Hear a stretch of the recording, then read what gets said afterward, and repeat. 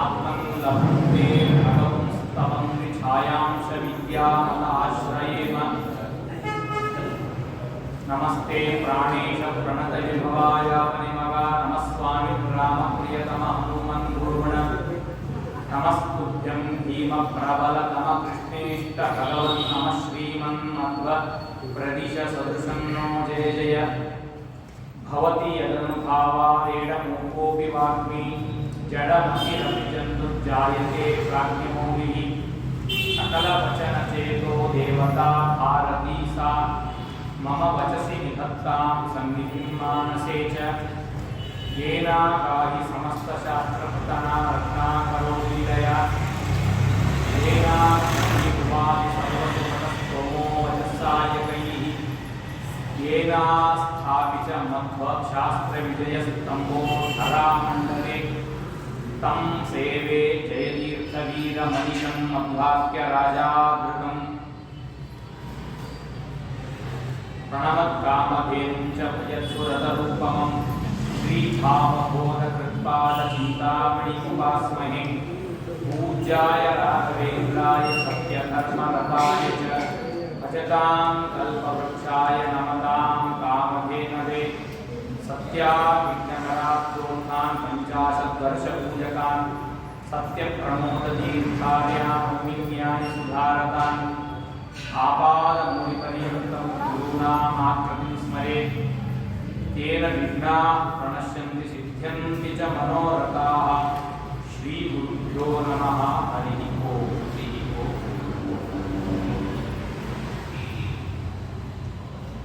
ಪ್ರಾಚೀನ ಭಾರತದಲ್ಲಿ ಆಹಾರದ ಪದ್ಧತಿ ಹೇಗಿತ್ತು,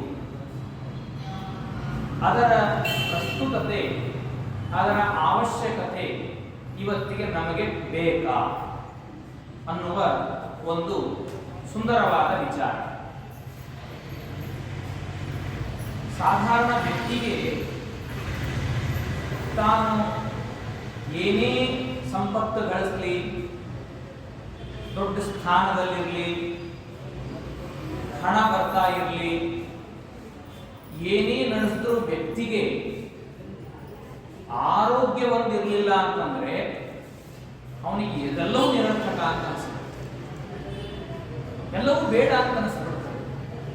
ಏನಿದ್ರೇನು, ನನಗೆ ದೊಡ್ಡ ಶುಗರ್ ಫ್ಯಾಕ್ಟ್ರಿ ನಾನು ಕಟ್ಟಿದ್ದೀನಿ, ನಾಕಾರು ನಡೆಸ್ತಾ ಇದ್ದೀನಿ, ಅಷ್ಟೆಲ್ಲ ನಡೆಸಿದ್ರು ಕೂಡ ನನಗೆ ಒಂದು ಸ್ಪೂನ್ ಶುಗರ್ ತಿನ್ಲಿಕ್ಕಾಗಲ್ಲ, ಯಾಕಂದ್ರೆ ನನ್ನ ಮೈನೇ ಶುಗರ್ ಫ್ಯಾಕ್ಟ್ರಿ ಆಗಿದೆ, ಮೊದಲಿಗೆ ದೇಹನೇ ಅನ್ನೋ ಪರಿಸ್ಥಿತಿಯಲ್ಲಿ ಇದ್ದಾಗ ವ್ಯಕ್ತಿಗೆ ಏನೂ ಬೇಡಪ್ಪ ಅಂತ ಅನಿಸುತ್ತೆ. ಏನೂ ಬೇಡ. ಮನುಷ್ಯ ತಾನು ಏನಾದರೂ ಸಾಧನ ಮಾಡಬೇಕು, ಸಂಪತ್ತು, ವಿದ್ಯೆ, ಇನ್ನೇನೋ ಮಕ್ಕಳು, ಮನೆ, ಏನೇ ತಾನು ಸಂರಕ್ಷಣೆ ಮಾಡಿ ಗಳಿಸಬೇಕು ಅಂತ ಆಗಿದ್ರೆ ಅದೆಲ್ಲದಕ್ಕೂ ಮೂಲಭೂತವಾಗಿರುವುದು ಆರೋಗ್ಯ. ವ್ಯಕ್ತಿಗೆ ಆರೋಗ್ಯ ಅನ್ನೋದೊಂದು ಭಾಗ್ಯ ಇತ್ತು ಅಂತಾದರೆ ಎಲ್ಲವೂ ಬರುತ್ತೆ, ಎಲ್ಲವೂ ಬರುತ್ತೆ. ಶಾಸ್ತ್ರಕಾರರು ಹೇಳುವಾಗ ಮೊದಲಿಗೆ ಹೇಳುವುದು ಶರೀರ ಮಾಧ್ಯಮ ಖಲು ಧರ್ಮ ಸಾಧನ. ನಾವು ಧರ್ಮವನ್ನ ಮಾಡಬೇಕು, ಧರ್ಮದ ಸಂರಕ್ಷಣೆ ಆಗಬೇಕು. ಧರ್ಮದ ಸಂರಕ್ಷಣೆ ಅಂದ್ರೆ ಬಹಳ ಜನ ಏನನ್ನು ತಿಳ್ಕೊಂಡಿದ್ದಾರೆ, ಒಳ್ಳೆ ಧರ್ಮ ಗ್ರಂಥಗಳನ್ನ ಪಬ್ಲಿಷ್ ಮಾಡಿ ಇಟ್ಬಿಟ್ರೆ ಧರ್ಮದ ಸಂರಕ್ಷಣೆ ಆಗುತ್ತೆ. ಗೋ ಸಂರಕ್ಷಣೆ ಅಂತಂದ್ರೆ ಮನೆಯಲ್ಲಿ ಗೋವನ್ನ ಸಾಕಿದ್ರೆ ಸಾಲದು, ಅದಕ್ಕೆ ಆಹಾರ ಕೊಡಬೇಕು, ಗೋ ಸಂತತಿಯನ್ನು ಬೆಳೆಸಬೇಕು. ಧರ್ಮದ ಸಂರಕ್ಷಣೆ ಅಂದ್ರೆ ಒಂದೊಂದು ರೀತಿಯ ಒಂದೊಂದು ಸಂರಕ್ಷಣೆ ಇರ್ತದೆ. ಇರುವ ಹಣ ಮನೆಯಲ್ಲಿ ಇದೆ, ಅಷ್ಟೇ ಒಂದು ಲಾಕರ್ ಅಲ್ಲಿ ಹೀಗೆ ಹಾಕಿಟ್ರೆ ಅದು ಸಂರಕ್ಷಣೆ ಅಂದ್ರೆ ಇರ್ತದೆ. ನಾಳೆ ನೋಟ್ ಬ್ಯಾನ್ ಆಯ್ತು ಅಂದ್ರೆ ಅದಕ್ಕೆ ಉಪಯೋಗ ಬರೋದಿಲ್ಲ, ಅದು ಬೆಳಿಬೇಕು.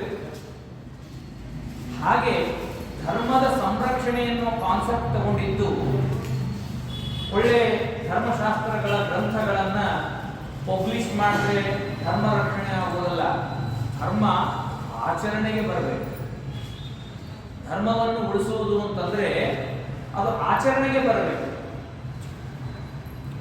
ವಿದ್ಯೆಯನ್ನು ಉಳಿಸುವುದು, ವೇದಗಳನ್ನು ಉಳಿಸುವುದು ಅಂದ್ರೆ ಅದು ಅಧ್ಯಯನದಲ್ಲಿ ಬರಬೇಕು. ನಾಲೆಜ್ ಟ್ರಾನ್ಸ್ಫರ್ ಆಗಬೇಕು ನಮಗೆ. ಒಂದು ಪ್ರಾಚೀನರ ತಲೆಮಾರಿನಿಂದ ಆಧುನಿಕರಿಗೆ ಹರಿದು ಬರಬೇಕು. ಇಲ್ಲಿದ್ರೆ ಅದು ಟೇಸ್ಟ್ ಹೋಗ್ಬಿಡ್ತದೆ. ಪ್ರಾಚೀನ ಕಾಲದ ನಮ್ಮ ಶಿಲ್ಪಕಲೆ ಆಗಬಹುದು, ಆಯುರ್ವೇದ ವಿದ್ಯೆ ಆಗಿರಬಹುದು, ಆಹಾರದ ಪದ್ಧತಿ ಆಗಿರಬಹುದು, ಇಂಜಿನಿಯರಿಂಗ್ ಆಗಿರಬಹುದು, ತತ್ವಜ್ಞಾನ ಆಗಿರಬಹುದು, ಯಾವುದೇ ಆದರೂ ಕೂಡ ಒಂದು ಬುದ್ಧಿಯಿಂದ ಒಂದು ತಲೆಮಾರಿನಿಂದ ಇನ್ನೊಂದು ತಲೆಮಾರಿಗೆ ಟ್ರಾನ್ಸ್ಫರ್ ಆದಾಗ ಉಳಿತಾ ಇದೆ. ಇವತ್ತಿಗೆ ನಾವು ನೋಡ್ತೀವಿ, ಪ್ರಾಚೀನ ದೇವಸ್ಥಾನಗಳು ಕಟ್ಟಿಯೇ 1000 ವರ್ಷವಾಯಿತು, ಇನ್ನೂ 1000 ವರ್ಷ ಲೈಫ್ ಬರ್ತದೆ ಅದಕ್ಕೆ. ಯಾಕೆ? ಏನು ಹೊತ್ತಿಗೆ ಇಂಜಿನಿಯರು ಅಥವಾ ಇಂಜಿನಿಯರ್ಸ್ ಯಾವುದಾದ್ರೂ ಯೂನಿವರ್ಸಿಟಿಯಲ್ಲಿ ಹೋಗಿ ಟಾಪ್ ಡಿಗ್ರಿ ಮಾಡಿ ಏನೋ ಮೆಡಲ್ ತಗೊಂಡು ಯಾವುದ್ಯಾವುದೋ ದೇಶ ವಿದೇಶಗಳಲ್ಲಿ ಅಧ್ಯಯನ ಮಾಡಿ ಬಂದು ಹೊಸ ಟೆಕ್ನಾಲಜಿಯನ್ನು ಕಲ್ತ್ಕೊಂಡು ಮಾಡಿರುವಂತಹ ಎಂಥ ಅದ್ಭುತವನ್ನು ನೋಡ್ತೀವಿ ನಾವು ಜಗತ್ತಿನಲ್ಲಿ. ಎಷ್ಟೆಷ್ಟು ದೇವಸ್ಥಾನಗಳು, ಮನೆಗಳು ನಮ್ಮ ಮುತ್ತಜ್ಜನ ಕಾಲದಿಂದನೂ ಇದೆ ನೋಡ್ರಿ, ಏನೂ ಆಗಿಲ್ಲ ಅಂತ ಹೋಗ್ತೀವಿ ನಾವು. ಅಂದ್ರೆ ಅವತ್ತಿನ ಕಾಲದಲ್ಲಿ ಇಂಜಿನಿಯರಿಂಗ್ ಅನ್ನೋದು ಅಷ್ಟು ಸಾಲಿಡ್ ಆಗಿ ಚೆನ್ನಾಗಿತ್ತು. ಅದರ ಕ್ರಮ ಹೇಗೆ ಅಂತಂದ್ರೆ ಕುಲಕಸುಬು ಅಂತ ಇರ್ತಿತ್ತು ಅವರಿಗೆ. ತಮ್ಮ ತಂದೆಯಾದವನು ಮಗನಿಗೆ ಪ್ರಾಕ್ಟಿಕಲ್ ಥೇರಿ ಎರಡನ್ನೂ ತಿಳಿಸ್ಕೊಡ್ತಾ ಇದ್ದ. ಅವನ ಕೈಯಲ್ಲಿ ಹತೋಟಿ ಇಟ್ಕೊಂಡಿದ್ದಾನ, ಪ್ರತಿಮೆಯನ್ನು ಹೀಗೆ ಕೆತ್ತು ಅಂತ ಹೇಳ್ತಾ ಇದ್ದ, ಗೋಡೆಗಳನ್ನು ಹೀಗೆ ಕಟ್ಟು, ಇದು ಕ್ರಾಸ್ ಇದೆ, ಇದರಲ್ಲಿ ವೆಯ್ಟ್ ಇಷ್ಟು ನಡೆಯೋದಿಲ್ಲ, ಏನು ಬೇಸ್ಮೆಂಟ್ ಪಿಲ್ಲರಿಂದನೇ ಹಾಕ್ತಿದ್ರು. ಅಷ್ಟು ಚೆನ್ನಾಗಿರುವಂತಹ ಟೆಕ್ನಾಲಜಿ ಇತ್ತು.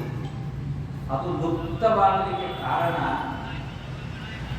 ಭಾರತದ ಮೇಲೆ ಆಂಗ್ಲರು ಆಕ್ರಮಣ ಮಾಡಿದಾಗ ಕೆಲವರನ್ನ, ಆದರೆ ಅವರು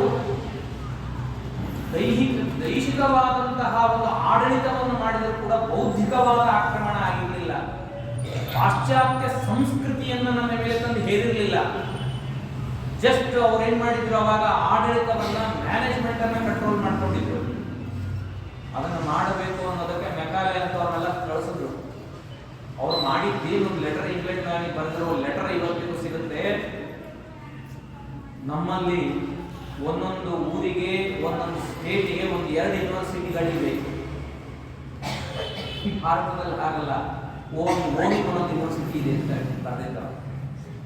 ಗಲ್ಲಿಗೆ ಒಂದೊಂದು ಯೂನಿವರ್ಸಿಟಿಗಳಿದೆ, ಒಂದೊಂದು ಮನೆಯ ಯೂನಿವರ್ಸಿಟಿ ಆಗಿದೆ.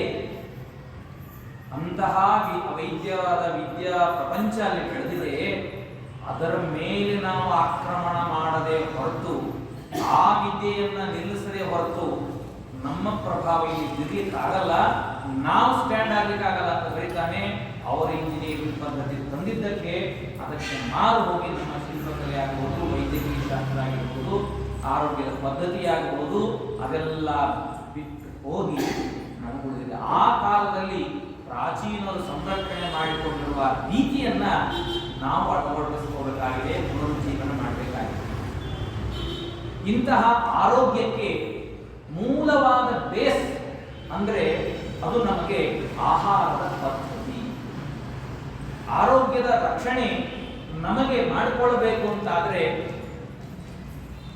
ಅದು ನಮಗೆ ರೋಗನೇ ಬರದೇ ಇರುವಂತೆ ಚಿಕಿತ್ಸೆ ತಗೊಳ್ಳೋದು ಒಂದು, ರೋಗನೇ ಬರಬಾರದು ನಮಗೆ, ಅದು ಒಂದು ಕ್ರಮ. ಬಂದ ರೋಗವನ್ನ ಹೇಗೆ ಉಪಶಮನ ಮಾಡಿಕೊಳ್ಬೇಕು ಅನ್ನೋದು ಎರಡನೇ ಕ್ರಮ. ನಮ್ಮ ಪ್ರಾಚೀನರು ಒತ್ತು ಕೊಟ್ಟಿದ್ದು ಯಾವುದಕ್ಕೆ ಬಹಳ ಅಂತಂದ್ರೆ, ವ್ಯಕ್ತಿ ರೋಗಗಳೇ ಬರಬಾರ್ದು, ನಿರೋಗಿಯಾಗಿರಬೇಕು, ರೋಗಗಳೇ ಬರಬಾರ್ದು.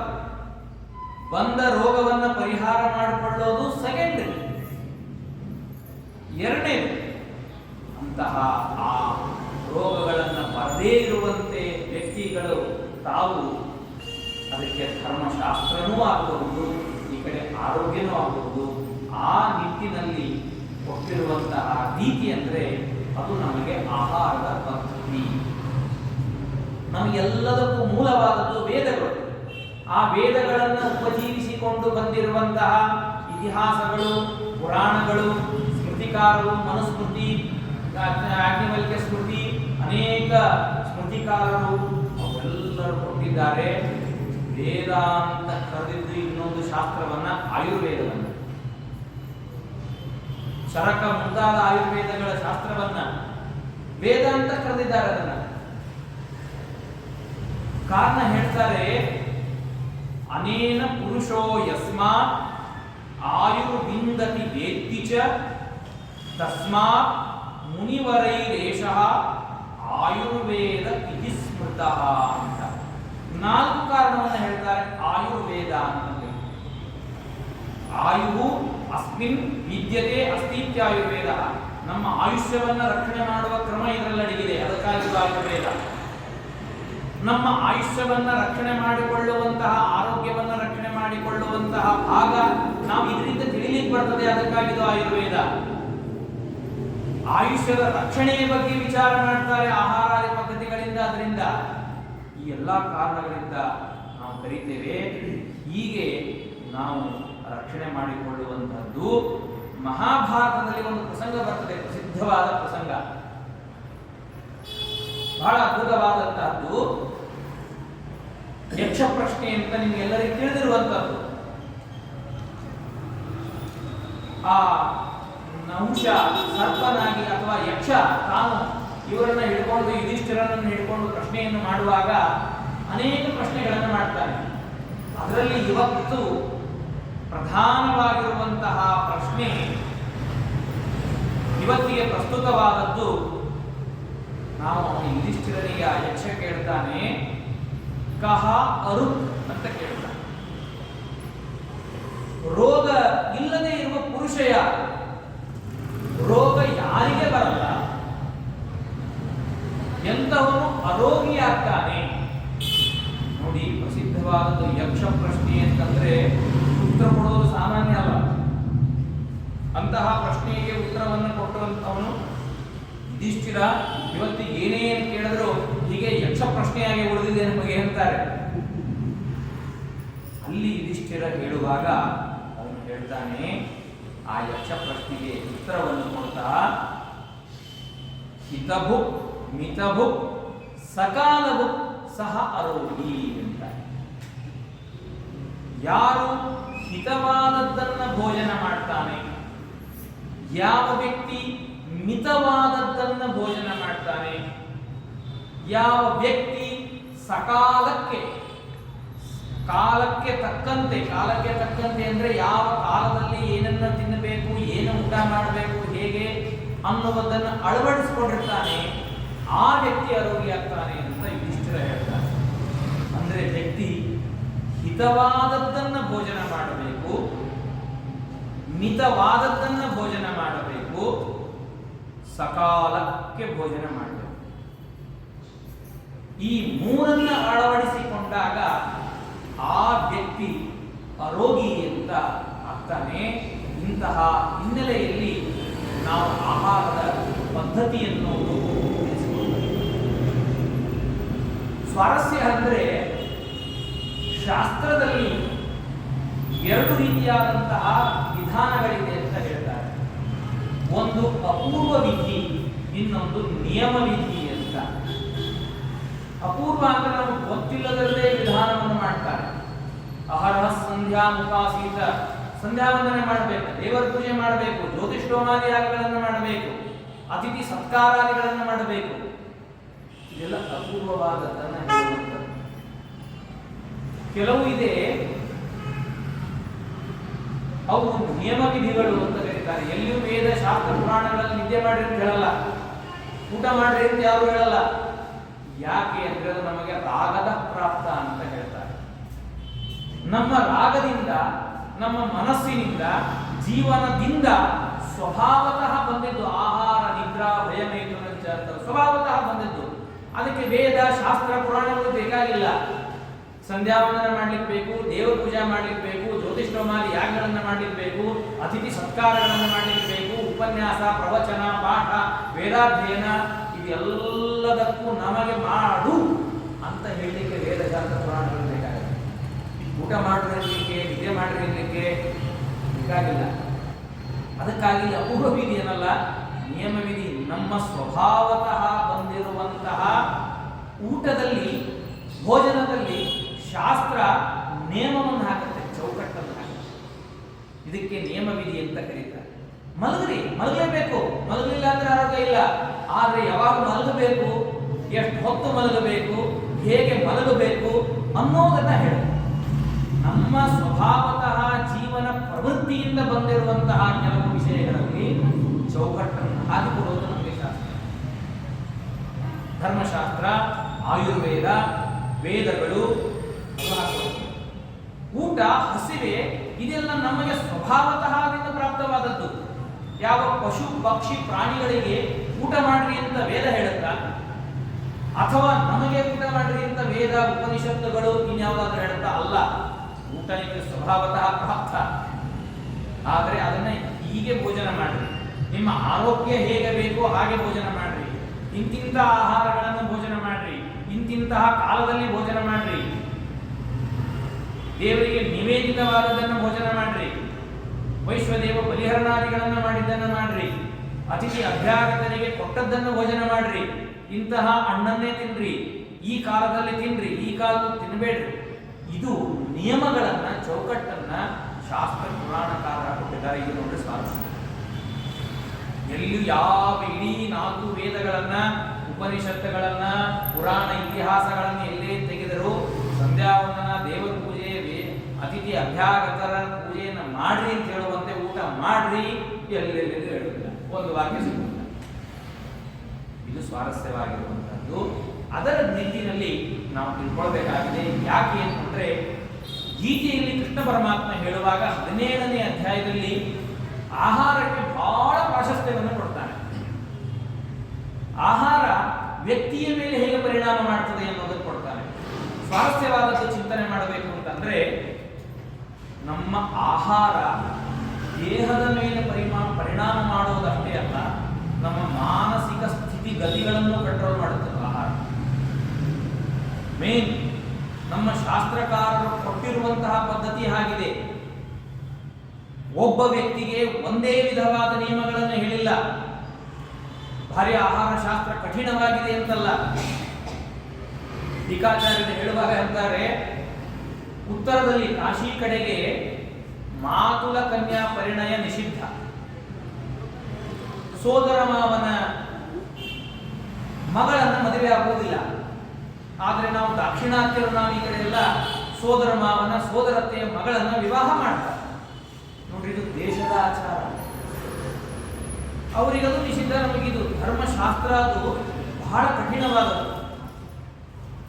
ಹಾಗೆ ವ್ಯಕ್ತಿಯ ವರ್ಣ, ಆಶ್ರಮ ಇವುಗಳಿಗೆ ಅನುಗುಣವಾಗಿ ಆಹಾರದ ಪದ್ಧತಿ ಇದೆ, ಅದನ್ನು ತಿಳಿಯಬೇಕು.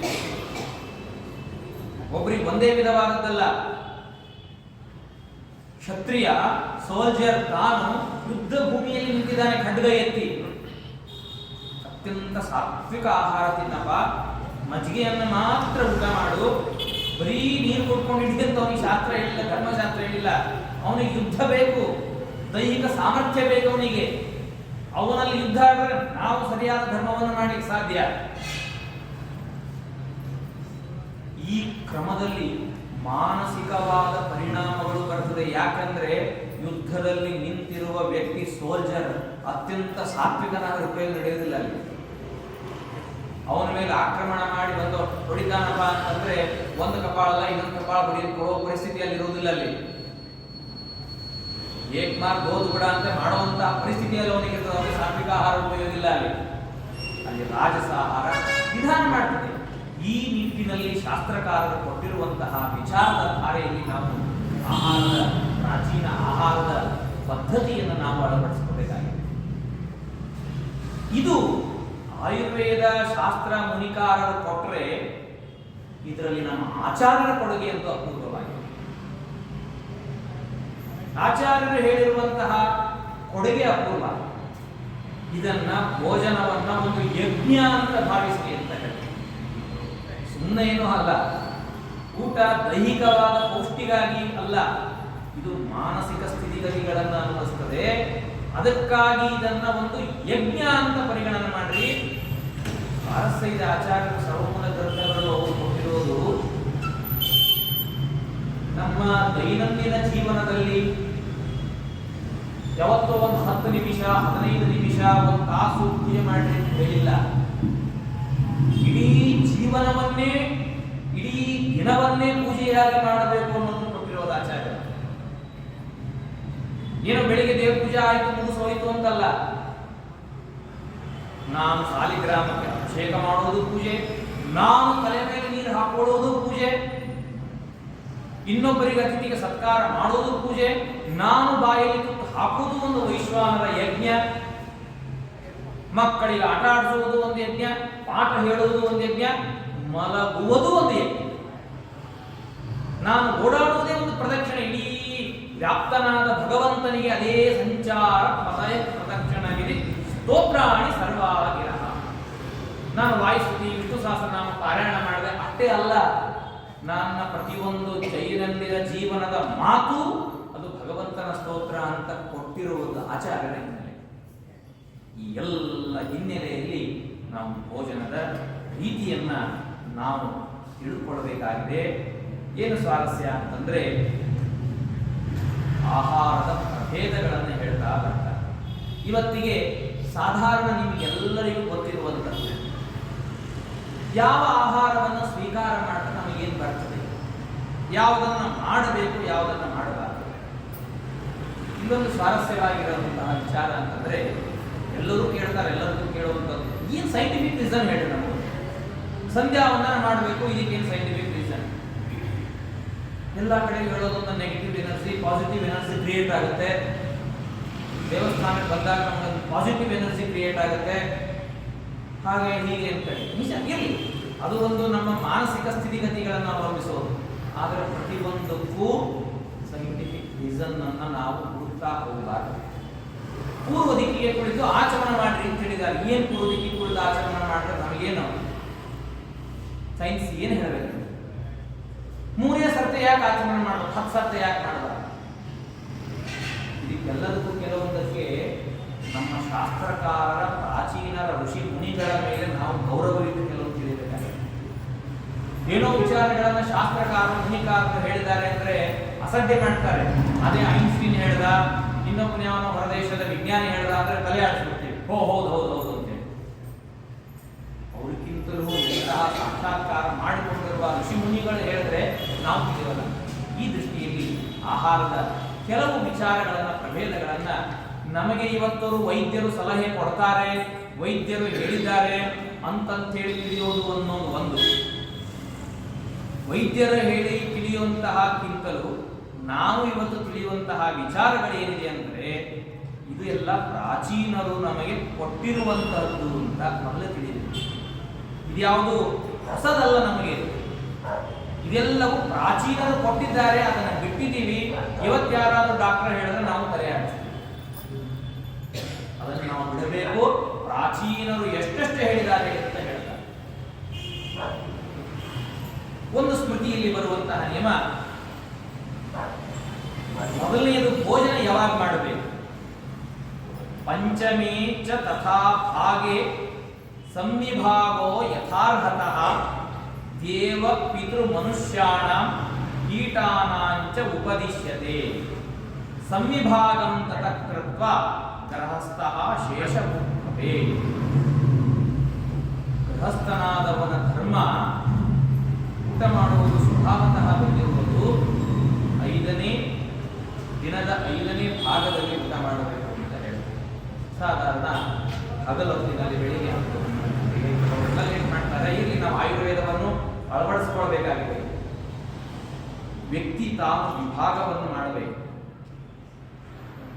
ದೇವ ಪಿತೃ ಮನುಷ್ಯರಿಗೆ ಎಲ್ಲರಿಗೂ ಮಾಡಿ, ಮನೆಯಲ್ಲಿ ಹಿರಿಯರಿದ್ರೆ ಮಕ್ಕಳಿದ್ರೆ ಮೊದಲಿಗೆ ಅವರಿಗೆ ಭೋಜನ ಮಾಡಿಸಿ, ವೃದ್ಧರಿದ್ರೆ ಅನಂತರ ತಾನು ಊಟವನ್ನು ಮಾಡಬೇಕು. ಬೌಧಾಯನ ಸೂತ್ರದಲ್ಲಿ ಬರುವಂತಹ ವಿಚಾರ, ಸುಪ್ರಕ್ಷಾಲಿತ ಪಾಣಿ ಪಾದಃ ಆಚಮ್ಯ ಶುಚೌ ಸಂಭೃತೆ ದೇಶೆ ಅನ್ನಂ ಉಪಸಂಹೃತ್ಯ ಕಾಮ ಕ್ರೋಧ ಲೋಭ ಮೋಹಾನ್ ಅಪಹಾಯ ಸರ್ವಾಭಿರಂಗುಲೀಭಿಃ ಶಬ್ದಮಕುರ್ವನ್ ಪ್ರಾಶ್ನೀಯಾಂ ನ ಪಿಂಡಶೇಷಂ ಪಾತ್ರ್ಯಾಂ ಸೃಜೆ. ಬಹಳ ಅದ್ಭುತವಾದ ಸೂತ್ರಕಾರರು ಹೇಳಿರುವಂತಹ ಮಾತು. ಸುಪ್ರಕ್ಷಾಲಿತ ಪಾಣಿಪಾದ, ಕೈ ಕಾಲುಗಳನ್ನು ಸ್ವಚ್ಛವಾಗಿ ತೊಳ್ಕೊಳ್ಬೇಕು. ಸ್ಮೃತಿಕಾರ ಹೇಳ್ತಾರೆ ಪಂಚಾಗ್ರಹ ಭುಂಜೀತ ಅಂತ, 5 ಒದ್ದೆಯಾಗಿರಬೇಕು ಅಂತ ಹೇಳ್ತಾರೆ. ಕರೋನಾ ಬಂದ್ಮೇಲೆ ಎಲ್ಲರೂ ಜಾಗೃತಿ ಹುಟ್ಟಿದೆ ನಮಗೆ. 2 ಕಾಲು, 2 ಕೈ, ಬಾಯಿ ಸ್ವಚ್ಛ ತೊಳೆದಿರಬೇಕು. ಇವತ್ತಿ ಕರೋನಾ ಬಂದ ಮೇಲೆ ನೋಡಿ ನೋಡಿ ಎಲ್ಲ ಕಳೆದು ಆ ಅಡ್ವರ್ಟೈಸ್ಗಳು ಬಹಳ ಬಂತು. ತಿಕ್ಕಿದೆಯಾ ಅವೇ ಎಷ್ಟು ತಿಕ್ಕಿದ್ರಿ ಕೈಗಳನ್ನ ಸ್ಯಾನಿಟೈಸರ್ ತಿಕ್ಕಿದ್ರಿ. ಶಾಸ್ತ್ರಕಾರರು ಹೇಳಿದ್ರು ಬಿಟ್ಬಿಟ್ಟು ನಾವು ಸ್ಪಷ್ಟವಾಗಿ ಹೇಳ್ತಾರೆ ಪಂಚಾಗ್ರಹ ಒದ್ದೆನೇ ಇರಬೇಕು. ಒದ್ದೆನೇ ಇರಬೇಕಂದ್ರೆ ಕ್ಲೀನ್ ಆಗಿರ್ಬೇಕು ಅಂತ ಅರ್ಥ. ನಾವು 2 ಕಾಲು, 2 ಕೈ, 1 ಬಾಯಿ ಚೆನ್ನಾಗಿ ತೊಳೆದು ನಾವು ಊಟಕ್ಕೆ ಕೊಡಬೇಕು, ಆಚಮನ ಮಾಡಿ. ಒಂದು ಅಂಶ ಪ್ರಧಾನವಾಗಿ ಹೇಳ್ತಾರೆ, ಊಟವನ್ನು ಮಾಡುವಾಗ ಏನ್ ತಿಂತೀವಿ ಸೆಕೆಂಡ್ರಿ, ಅದು ವಿಚಾರ. ಮೊದಲೇ ಊಟಕ್ಕೆ ಕೂಡುವಾಗ ಕಾಮ, ಕ್ರೋಧ, ಲೋಭ, ಮೋಹ, ಅಪಹಾಯ 4 ಮೊದಲಿಗೆ ಬಿಡಬೇಕು. ಕಾಮ, ಏನೇನೋ ಇಚ್ಛೆ ಪಟ್ಟಿರ್ತಾರೆ, ಅದು ಬೇಕು ಇದು ಬೇಕು ಅಂತ. ಬ್ರಾಹ್ಮಣ ಕೂತಿದ್ದ, ಎಲ್ಲ ಬಡಿಸಿದ್ದಾರೆ, ಹಪ್ಪಳ ಮಾಡಿಟ್ಟಿದ್ರು, ಹಾಕ್ತಾನೆ ಇಲ್ಲ ಹಪ್ಪಳ, ಎಲ್ಲ ಬಡಿಸ್ತಾ ಇದ್ದಾರೆ. ಪಾಪ ಅವನಿಗೆ ಹಪ್ಪಳ ಬೇಕಾಗಿದೆ, ಏನ್ ಮಾಡ್ಬೇಕು, ಹೇಗೆ ಕೇಳಬೇಕು? ಹೇಗೆ ಕೇಳೋದಾದ್ರೆ ಡೈರೆಕ್ಟ್ ಕೇಳಿಕ್ಕೆ ಸಂಕೋಚ ವ್ಯಕ್ತಿಗೆ. ಸುಮ್ಮನೆ ಏನೋ ಮಾತಾಡ್ತಾ ಹಾಗೆ, ನಿಮ್ಮಲ್ಲೆಲ್ಲ ಸುತ್ತಮುತ್ತಲು ಎಷ್ಟು ಬೆಳೆದಾವ್ರಿ, ಎಲ್ಲ ಗಿಡಗಳ ಮರಗಳು ಕ್ಲೀನಾಗಿ ನೋಡ್ಕೋತೀರಿ, ಹಾವು ಬಂದಿರ್ತದೆ.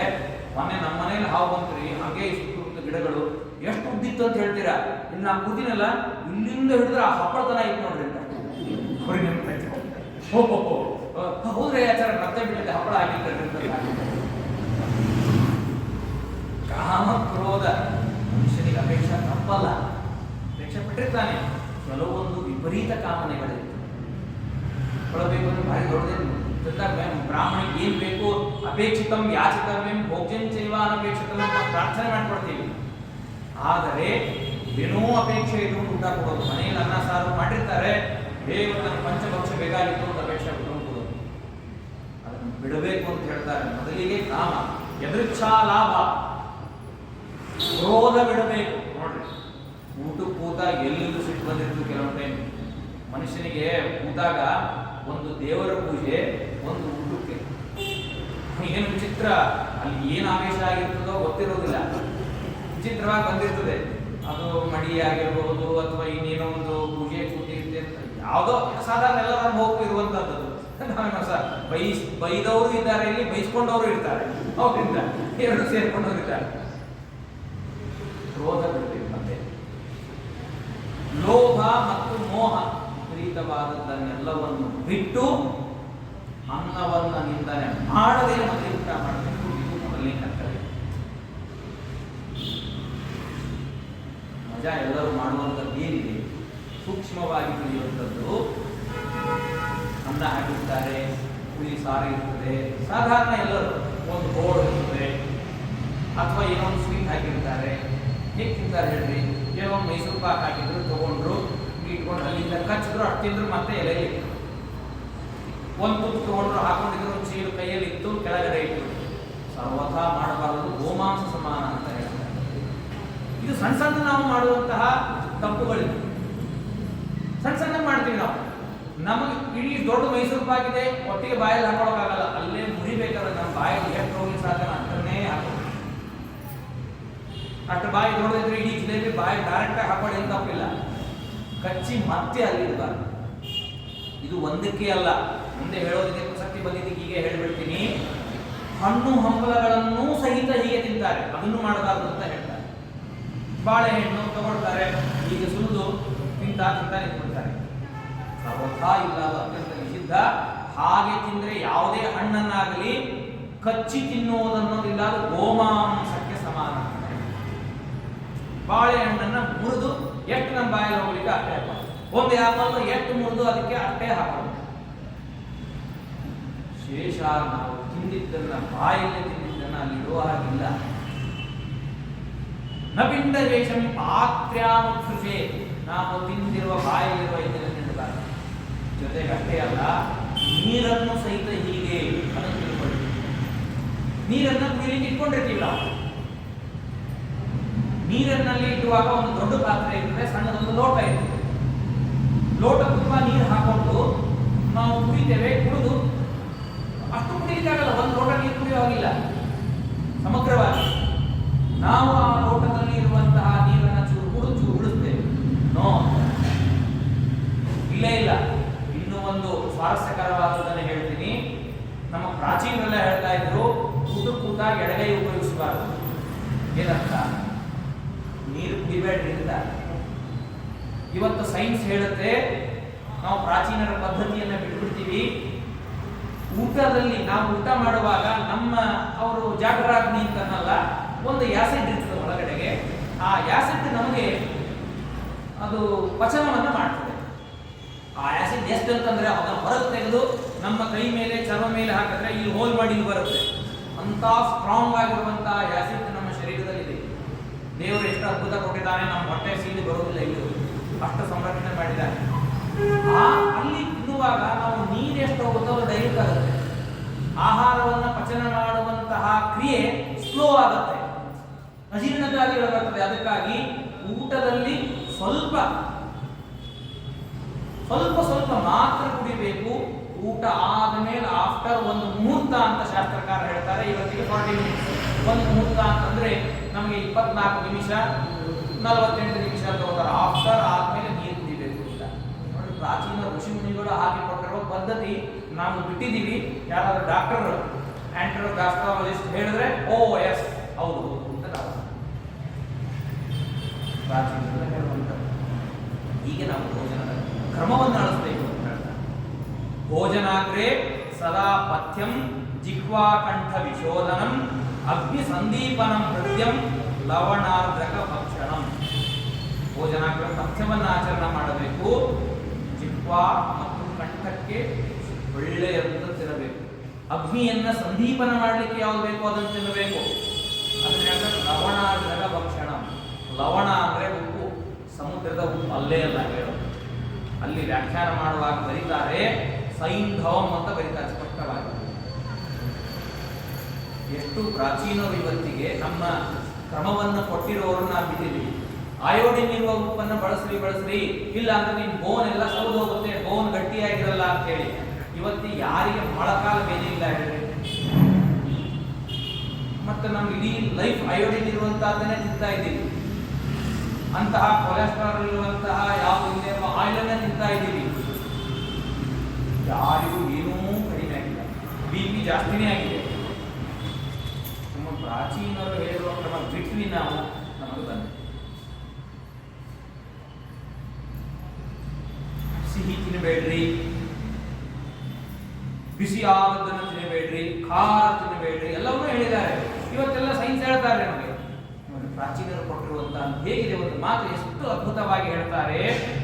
ಆಯುವು ಕೃತೆ, ತುಪ್ಪ ಚೆನ್ನಾಗಿ ತಿನ್ರಿ, ಯಾವ ಕೊಲೆಸ್ಟ್ರಾಲ್ ಅಥವಾ ಅದು ಏನೂ ಬರೋದಿಲ್ಲ. ಒಳ್ಳೆ ಗೋಘೃತ, ಮೊದಲಿಗೆ ಅದನ್ನೇ ತಿನ್ನಬೇಕು. ಘೃತದ ಸಂದರ್ಭ ಬಂದಾಗ ಭೋಜನದ ನಿಯಮವನ್ನು ಹೇಳ್ತೀನಿ. ಹೇಗೆ ಅಂತಂದ್ರೆ ತುಪ್ಪವನ್ನ ಹಾಕ್ತಾರೆ. ತುಪ್ಪವನ್ನ ಆ ಮೊದಲಿಗೆ ಅಭಿದಾರ ಮಾಡಿರಬೇಕು. ಆಫ್ಟರ್ ಚಿತ್ರಾವತಿ ಹಿಟ್ಟೋಕ್ಕಿಂತ ಪೂರ್ವದಲ್ಲಿ ತುಪ್ಪವನ್ನು ಹಾಕಿರಬೇಕು. ಅಕಸ್ಮಾತ್ ತುಪ್ಪ ಹಾಕಿರಲಿಲ್ಲ ಅಂತಾದ್ರೆ, ಚಿತ್ರಾವತಿಯನ್ನು ತುಪ್ಪ ಇದ್ದೇನೆ ಇಟ್ಟಿದ್ರೆ ಆನಂತರ ತುಪ್ಪ ಸರ್ವತಾ ಹಾಕಿಸ್ಕೊಳ್ಳೋ ಹಾಗಿಲ್ಲ, ತಿನ್ನಬಾರದು ಅಂತ ನಿಮಗೆ. ತುಪ್ಪ ತಿನ್ನೋ ಹಾಗಿಲ್ಲ. ಆಮೇಲೆ ಅದು ಸುರಾಪಾನದ ಸಮಾನ ಆಗುತ್ತೆ ಅಂತ ಹೇಳ್ತಾರೆ. ಯಾಕಂದ್ರೆ ದೇವತೆಗಳ ಚಿತ್ರಾವತಿಗೆ ಅಭಿಹಾರವನ್ನು ಮಾಡದೇ ಇದ್ದಾಗ ಅನಂತರದಲ್ಲಿ ನಾವು ತುಪ್ಪ ಹಾಕಿಸ್ಕೊಳ್ಳಾಗಿಲ್ಲ. ಮೊದಲಿಗೆ ಹಾಕಿರಬೇಕು, ಅನಂತರ ಚಿತ್ರಾವತಿ ಇಟ್ಟ ಮೇಲೆ ಬೇಕಾದಷ್ಟು ದೊನ್ನೆ ಗಟ್ಟಲೆ ತುಪ್ಪ ತಿನ್ನಿ, ಇನ್ನೂ ತಪ್ಪಿಲ್ಲ. ನಮ್ಮ ಹಿರಿಯರು ಪ್ರಾಚೀನ ಒಬ್ಬರಿದ್ರು, ದೊನ್ನಿನೇ ಇಡಬೇಕು ಎರಡು. ನಮ್ಮ ಕಡೆಗೆಲ್ಲ ಅಂತ ದೊನ್ನಿನೇ ಇಡ್ತಿದ್ರು. ಈಗ ಎರಡು ಅವನು ಬಡಿಸೋನು ಬಂದು ಸಾರು ಹಾಕದ ದೊನ್ನಿಯಲ್ಲಿ, ಸಾರು ದೊನ್ನಿ ಹಾಕೋಣ ಅಂತ. ಏನೋ ನಾನು ರೋಗಿಟ್ಟು ಏನೋ ತುಪ್ಪ ಹಾಕ ಸಾರಿಗೆ ಹಾಕಬೇಕು. ಸಾರು ಕುಡಿಯೋದು ಅಂತಂದ್ರೆ ಏನಾದ್ರು ಗಟ್ಲಾರಾಗಿಲ್ಲ. ಸಾರು ಕುಡಿಯೋದು, ತುಪ್ಪ ಕುಡಿಲಿಕ್ಕೆ ಆಗಿದ್ರೆ ಸಾರು. ದೊನ್ನಿಯಲ್ಲಿ ಹೋಳಿಗೆ ಇದ್ದಾಗ ಹಾಲು ಹಾಕ್ತಾ ಇರ್ತಾನೆ. ತುಪ್ಪ ಇಲ್ಲದೆ ತುಪ್ಪ ಮುಂದೆ ಹಾಲು ಹಾಕೋದು ಮನೆ ಆಗಬೇಕು. ಒಳ್ಳೆ ಗೋಘೃತವನ್ನು ತಿಂದರೆ ವ್ಯಕ್ತಿಯ ಬುದ್ಧಿ ಮತ್ತು ಎರಡು ಬೆಳೆಸಬೇಕು. ತಿಂದ ಮೇಲೆ ಮತ್ತೆ ಮಲಗೋದಲ್ಲ, ನಡೀತಿದ್ರು. ಆಯುಹು ಘೃತೆ ಆಯುರ್ವೈ ಘೃತಂ ಅಂತ ವೇದವಾಕ್ಯ ಇದೆ ನೋಡ್ರಿ. ಗುಡೇ ರೋಗ ಸ್ಪಷ್ಟವಾಗಿ ಸಿಹಿಯಲ್ಲಿ ರೋಗಗಳು ತುಂಬಿ ಇದೆ. ಇವತ್ತಿಗೆ ಸಿಹಿ ತಿನ್ಬೇಡ್ರಿ, ಫಾಸ್ಟ್ ಫುಡ್ ತಿನ್ಬೇಡ್ರಿ, ಮೈದಾ ತಿನ್ಬೇಡ್ರಿ, ಸಕ್ಕರೆ ತಿನ್ಬೇಡ್ರಿ. ಡಾಕ್ಟರ್ ಹೇಳಿ ಓಕೆ ಹೌದು ಹೌದು ಹೌದು ನಾವು ತಿಂತೇವೆ. ಇಂಥ ಶಾಸ್ತ್ರಕಾರ ಏನು ಇವತ್ತು ನಿನ್ನೆ ಮನೆ ಹೇಳಿದ್ದ ಇದು ವೇದ ಕಾಲದಿಂದ ಬಂದಿದ್ದು. ಗುಡೇ ರೋಗ ಸಿಹಿಯಲ್ಲಿ ರೋಗಗಳು ಅಡಗಿದೆ.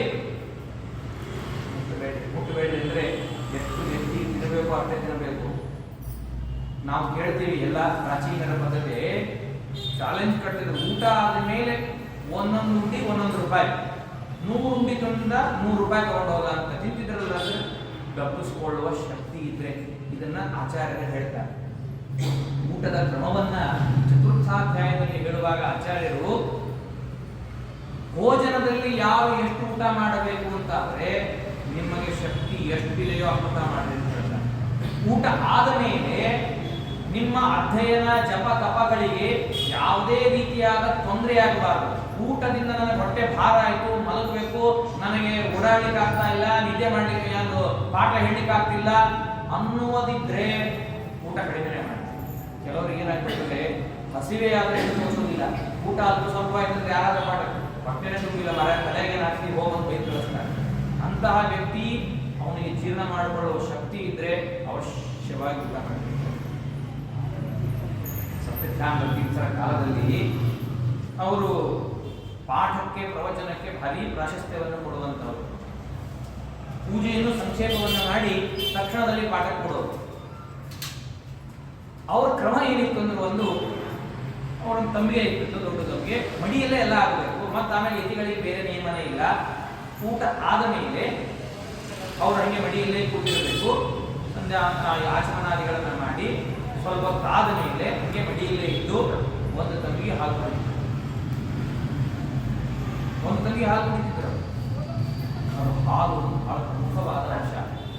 ಶಾಸ್ತ್ರಾರ್ಥ ಚರ್ಚೆ ಮಾಡ್ತಾರೆ. ಸುಧಾ ನಾವು ಹೇಗೆ ಚರ್ಚೆ ಮಾಡ್ತೀವಿಯೋ ಊಟ ಆದ ಮೇಲೆ ಹಾಲು ಕುಡಿಬೇಕೋ ಕುಡಿಬಾರ್ದು ಅನ್ನೋ ಶಾಸ್ತ್ರಾರ್ಥ ಚರ್ಚೆ ಇದೆ ಆಯುರ್ವೇದ ವಿಚಾರದಲ್ಲಿ.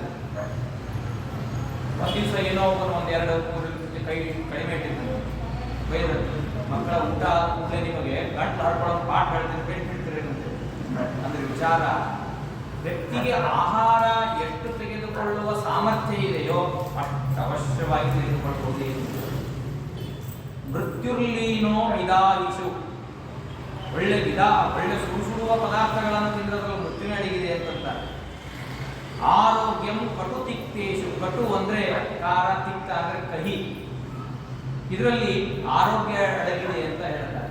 ಯಾವಾಗಲೂ ಹೇಳ್ತಾರೆ ಅದಕ್ಕೆ ಹಿತವಾದ ರುಚಿಯಾದ ಮಾತು ಯಾವತ್ತಿದ್ರೂ ಕಹಿ ಇರ್ತದೆ ಅಂತ. ಹಾಗಲಕಾಯಿ ಹಾಕಿದ್ರೆ ಯಾರು ತಿನ್ನೋದಿಲ್ಲ. ಯಾರಾದ್ರೂ ಮಕ್ಕಳಿಗೆ ತಿನ್ನಿಸಿ ನೋಡೋಣ ಇವತ್ತು ನಿಮ್ಮ ಮನೆಯಲ್ಲಿ ಯಾರಾದ್ರೂ ತಿಂತಾರ ಹಾಗಲಕಾಯಿ? ಸಾಧ್ಯನೇ ಇಲ್ಲ.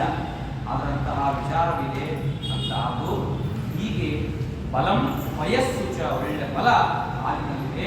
ಅಣ್ಣಾದ ಅಷ್ಟಗುಣಂ ಪಿಷ್ಟಂ.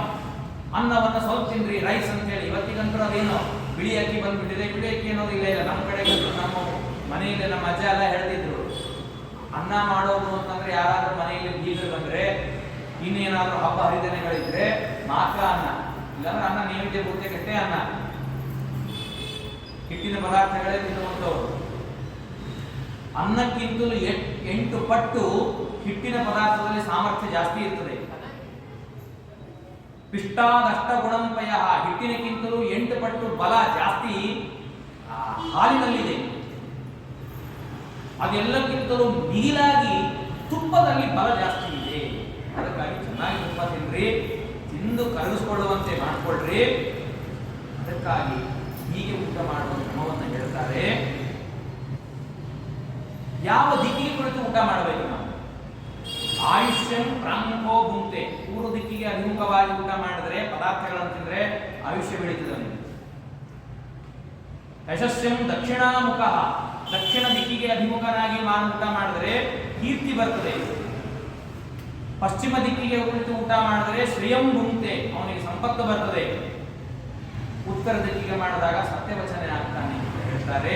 ಊಟ ಮಾಡುವ ಕ್ರಮವನ್ನು ಹೇಳ್ತಾರೆ. ಹೊಟ್ಟೆಯಲ್ಲಿ ನಾವು ಎಷ್ಟು ತಿನ್ನಬೇಕು, ಎಷ್ಟು ಖಾಲಿ ಬಿಡಬೇಕು. ಕುಕ್ಷೇಹೇ ಅನ್ನೇನ ಭಾಗವತೋ ಏಕಂ ಪಾನೇನ ಪೂರಯೇ ವಾಯೋ ಸಂಚಾರಣಾರ್ಥಂಚ ಚತುರ್ಥಂ ಅವಶೇಷವೇ. ನಮಗೆ ಹೊಟ್ಟೆಯಲ್ಲಿ 4 ಪಾರ್ಟ್ ಮಾಡ್ಕೊಳ್ಬೇಕು, 4 ಭಾಗ. ಆ 4 ಭಾಗವನ್ನ ಏನು ಬೇಕೋ ಅದೆಲ್ಲ ತಿಂದು ಪೂರ್ಣ ಮಾಡ್ಕೊಳ್ಳೋ ಆಗಿಲ್ಲ. ಆರೋಗ್ಯ ಬೇಕು ಅಂದ್ರೆ ವ್ಯಕ್ತಿಗೆ 2 ಭಾಗದಲ್ಲಿ ಮಾತ್ರ 50% ಮಾತ್ರ ಊಟವನ್ನು ಮಾಡಬೇಕು, ತಿನ್ನುವ ಪದಾರ್ಥ. ಒಂದೊಂದ್ಸಲ ಟ್ರೈ ಮಾಡ್ಬೋದು, ನಾನು ಎಷ್ಟು ತಿನ್ಬಹುದು, ನೀರೇ ಕುಡಿದೇನೆ, ಏನೂ ಮಾಡ್ದೇನೆ, ಚೆನ್ನಾಗಿ ನನಗೆ 4 ಬಕೆಟ್ ತಿನ್ಲಿಕ್ಕಾಗ್ಬೋದು, 4 ಚಪಾತಿ ತಿನ್ಲಿಕ್ಕಾಗ್ಬೋದು, ಒಂದಿಷ್ಟು ಅನ್ನ ತಿನ್ಲಿಕ್ಕಾಗ್ಬೋದು, ಇಷ್ಟು ತರಕಾರಿ, ಒಂದ್ಸಲ ಟ್ರೈ ಮಾಡೋಣ ಎಷ್ಟಾಗುತ್ತೆ ಅಂತ. ಅದನ್ನ ಡಿವೈಡ್ ಮಾಡಿ 4 ಮಾಡ್ಕೊಂಡಾಗ 2 ಪಾರ್ಟ್ ಮಾತ್ರ ನಾವು ಆಹಾರವನ್ನು ಭಕ್ಷಣ ಮಾಡಬೇಕು. ಏಕಂ ಪಾನೇನ ಪೂರೇ, ಇನ್ನೊಂದು ಭಾಗವನ್ನ ಲಿಕ್ವಿಡ್ ಇಂದ ಪೂರ್ಣ ಮಾಡ್ಕೊಳ್ಬೇಕು. ಇನ್ನೊಂದು ಭಾಗ ಏನಿದೆಲ್ಲ ಗಾಳಿ ಓಡಾಡಿದ ಜಾಗ ಬಿಡಬೇಕು. ಗಾಳಿನೂ ಜಾಗ ಇದೆ ಅಂತ ಹೊರಟ ಗತಿ ಏನು. ಪಾಪ ಯಾರೋ ಊಟ ಮಾಡಿ ಚೆನ್ನಾಗಿ ಕೊಂಡ ಅವು ಇವೇ ಮಾಡಿದ್ರೆ ಎಲ್ಲ ತಗೊಂಡ ತಿರಿಕಾಗಲಿಲ್ಲ, ಡಾಕ್ಟರ್ ಹತ್ರ ಹೋದ. ಹೋಗಿ ಇಲ್ಲ ತುಂಬಾ ತೊಂದರೆ ಆಗ್ತಾ ಇದೆ, ಏನ್ ಮಾಡ್ದೆಪ್ಪ, ಇಲ್ಲ ಅದು ಬಡಿಸಿದ್ರು, ನನಗೂ ಅಪೇಕ್ಷಿತವಾಯಿತು, ಎಲ್ಲ ತಿಂದುಬಿಟ್ಟೆ. ಸರಿಪ್ಪ ಏನು ತಗೋಬೇಡ, ಒಂದು ಸಣ್ಣ ಹುಡುಗಿ ಕೊಡ್ತೀನಿ, ತಗೊಂಡ್ಬಿಡೋದು ಕಡಿಮೆ ಆಗ್ತದೆ. ಅಯ್ಯೋ ಹುಡುಗಿ ತಗೊಳ್ಳೋಷ್ಟು ಜಾಗ ಇದ್ರೆ ನನ್ನ ಗೊಂಡನೇ ತಗೊಂಡಿದ್ದು, ಅಷ್ಟು ಜಾಗ ಇದೆ, ಅಷ್ಟು ಹೋಗ್ಲಿಕ್ಕೂ ಇಲ್ಲ ನಮ್ಮ ಒಳಗ. ಅಂದ್ರೆ ನಾವು ಅಷ್ಟು ಆಹಾರ 2 ಭಾಗ ಮಾತ್ರ ಆಹಾರ, 1 ಭಾಗ ಲಿಕ್ವಿಡ್ ನೀರು, ಇನ್ನೊಂದು ಭಾಗವನ್ನ ವಾಯೋ ಸಂಚಾರಣಾರ್ಥಂಚ ಚತುರ್ಥಂ ಅವಶೇಷ,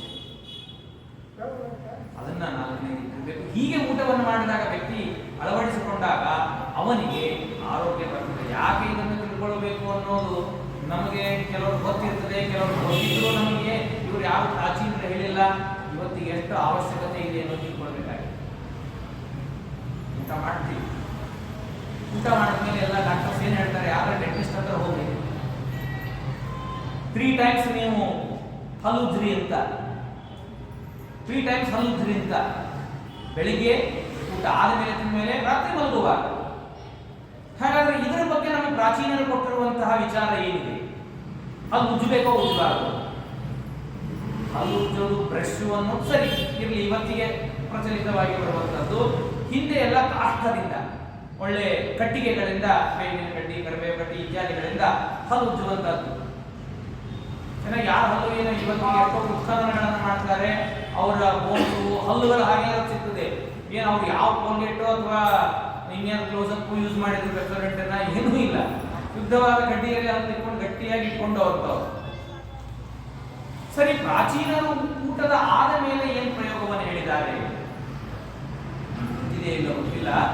ಊಟ ಆದ ಮೇಲೆ ನಮ್ಮ ಹಿರಿಯರೆಲ್ಲ ಹೇಳ್ತಿದ್ರು ಕರಿಬೇವು ಕಡ್ಡಿ ಅಥವಾ ಅಲ್ಲೇ ಆ ಬಾಲಾಸ ಪತ್ರದ ಪತ್ರೊಳಿ ಅಂತ ಕರೀತಾರೆ, ಅದರಲ್ಲಿ ಇದ್ರೆ ಅದೇ ಕಡ್ಡಿಯನ್ನು ತೆಗೆದುಕೊಂಡು ಹಲ್ಲಿನಲ್ಲಿರುವಂತಹದನ್ನೆಲ್ಲವನ್ನು ತೆಕ್ಕೊಂಡು, ನಿಮಗೆ ಹಿರಿಯರು ಯಾರಾದರೂ ನೋಡಿದ್ರೆ ಗೊತ್ತಾಗುತ್ತೆ.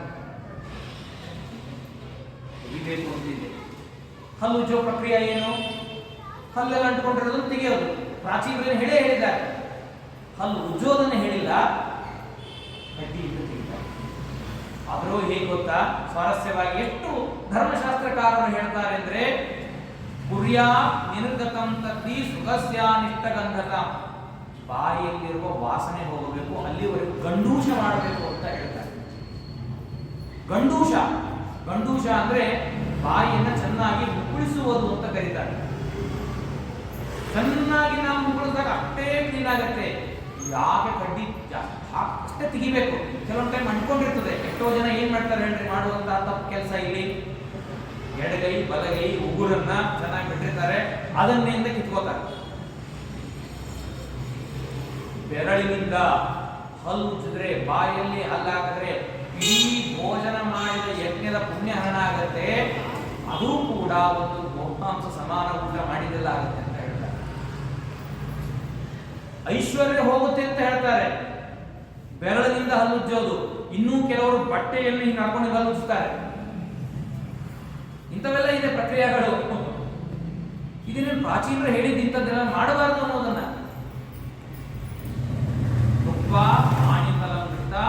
ಕಿಶೋರಿ ಗೀಯತೆ ನೋಡಿ, ಅದಕ್ಕಾಗಿ ಊಟ ಆದ್ಮೇಲೆ ಕಣ್ಣಿಗೆ ಕಣ್ಣಿಗಳನ್ನು ನೀರನ್ನು ಹಾಗೆ ಹೊಟ್ಟೆ ಮೇಲೆ ಎಡಗೈಯನ್ನು ಕೈ ಹಾಕಿಸ್ಕೊಳ್ಬೇಕು. ಕೆಲವೊಂದಿದೆ ಸ್ಮರಣ ಮಾಡುವಂತಹ ಪುರುಷರಿದ್ದಾರೆ, ಊಟ ಆದ್ಮೇಲೆ ಯಾರ್ಯಾರು ಸ್ಮರಣ ಮಾಡಬೇಕು, ಏನೇನು ಮಾಡಬೇಕು ಅಂತ ಹೇಳಿ. ಗರುಡಸ್ಯ ಚ ಕಂಠೇನ ಸಮುದ್ರಸ್ಯ ಚ ವನ್ನಿನ ವಾತಾಪಿರ್ಭಕ್ಷಿತೋ ಏನ ಪೀತೋ ಏನ ಮಹೋದಧಿ. ಇವು ಸ್ಮರಣೆ ಮಾಡಬೇಕು. ಗರುಡ, ಸಮುದ್ರ, ವನ್ನಿ, ವಾತಾಪಿ,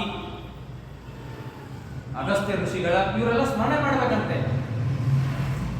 ವಾತಾಪಿ ಜೀರ್ಣ ಎಡಗೈಯಿಂದ ಹಿಂಗ ಹೊಟ್ಟೆ ಮೇಲೆ 3 ಸುತ್ತು ಕೈ ಆಡಿಸ್ಕೊಳ್ಬೇಕು, ಜೀರ್ಣ ಆಗತ್ತೆ.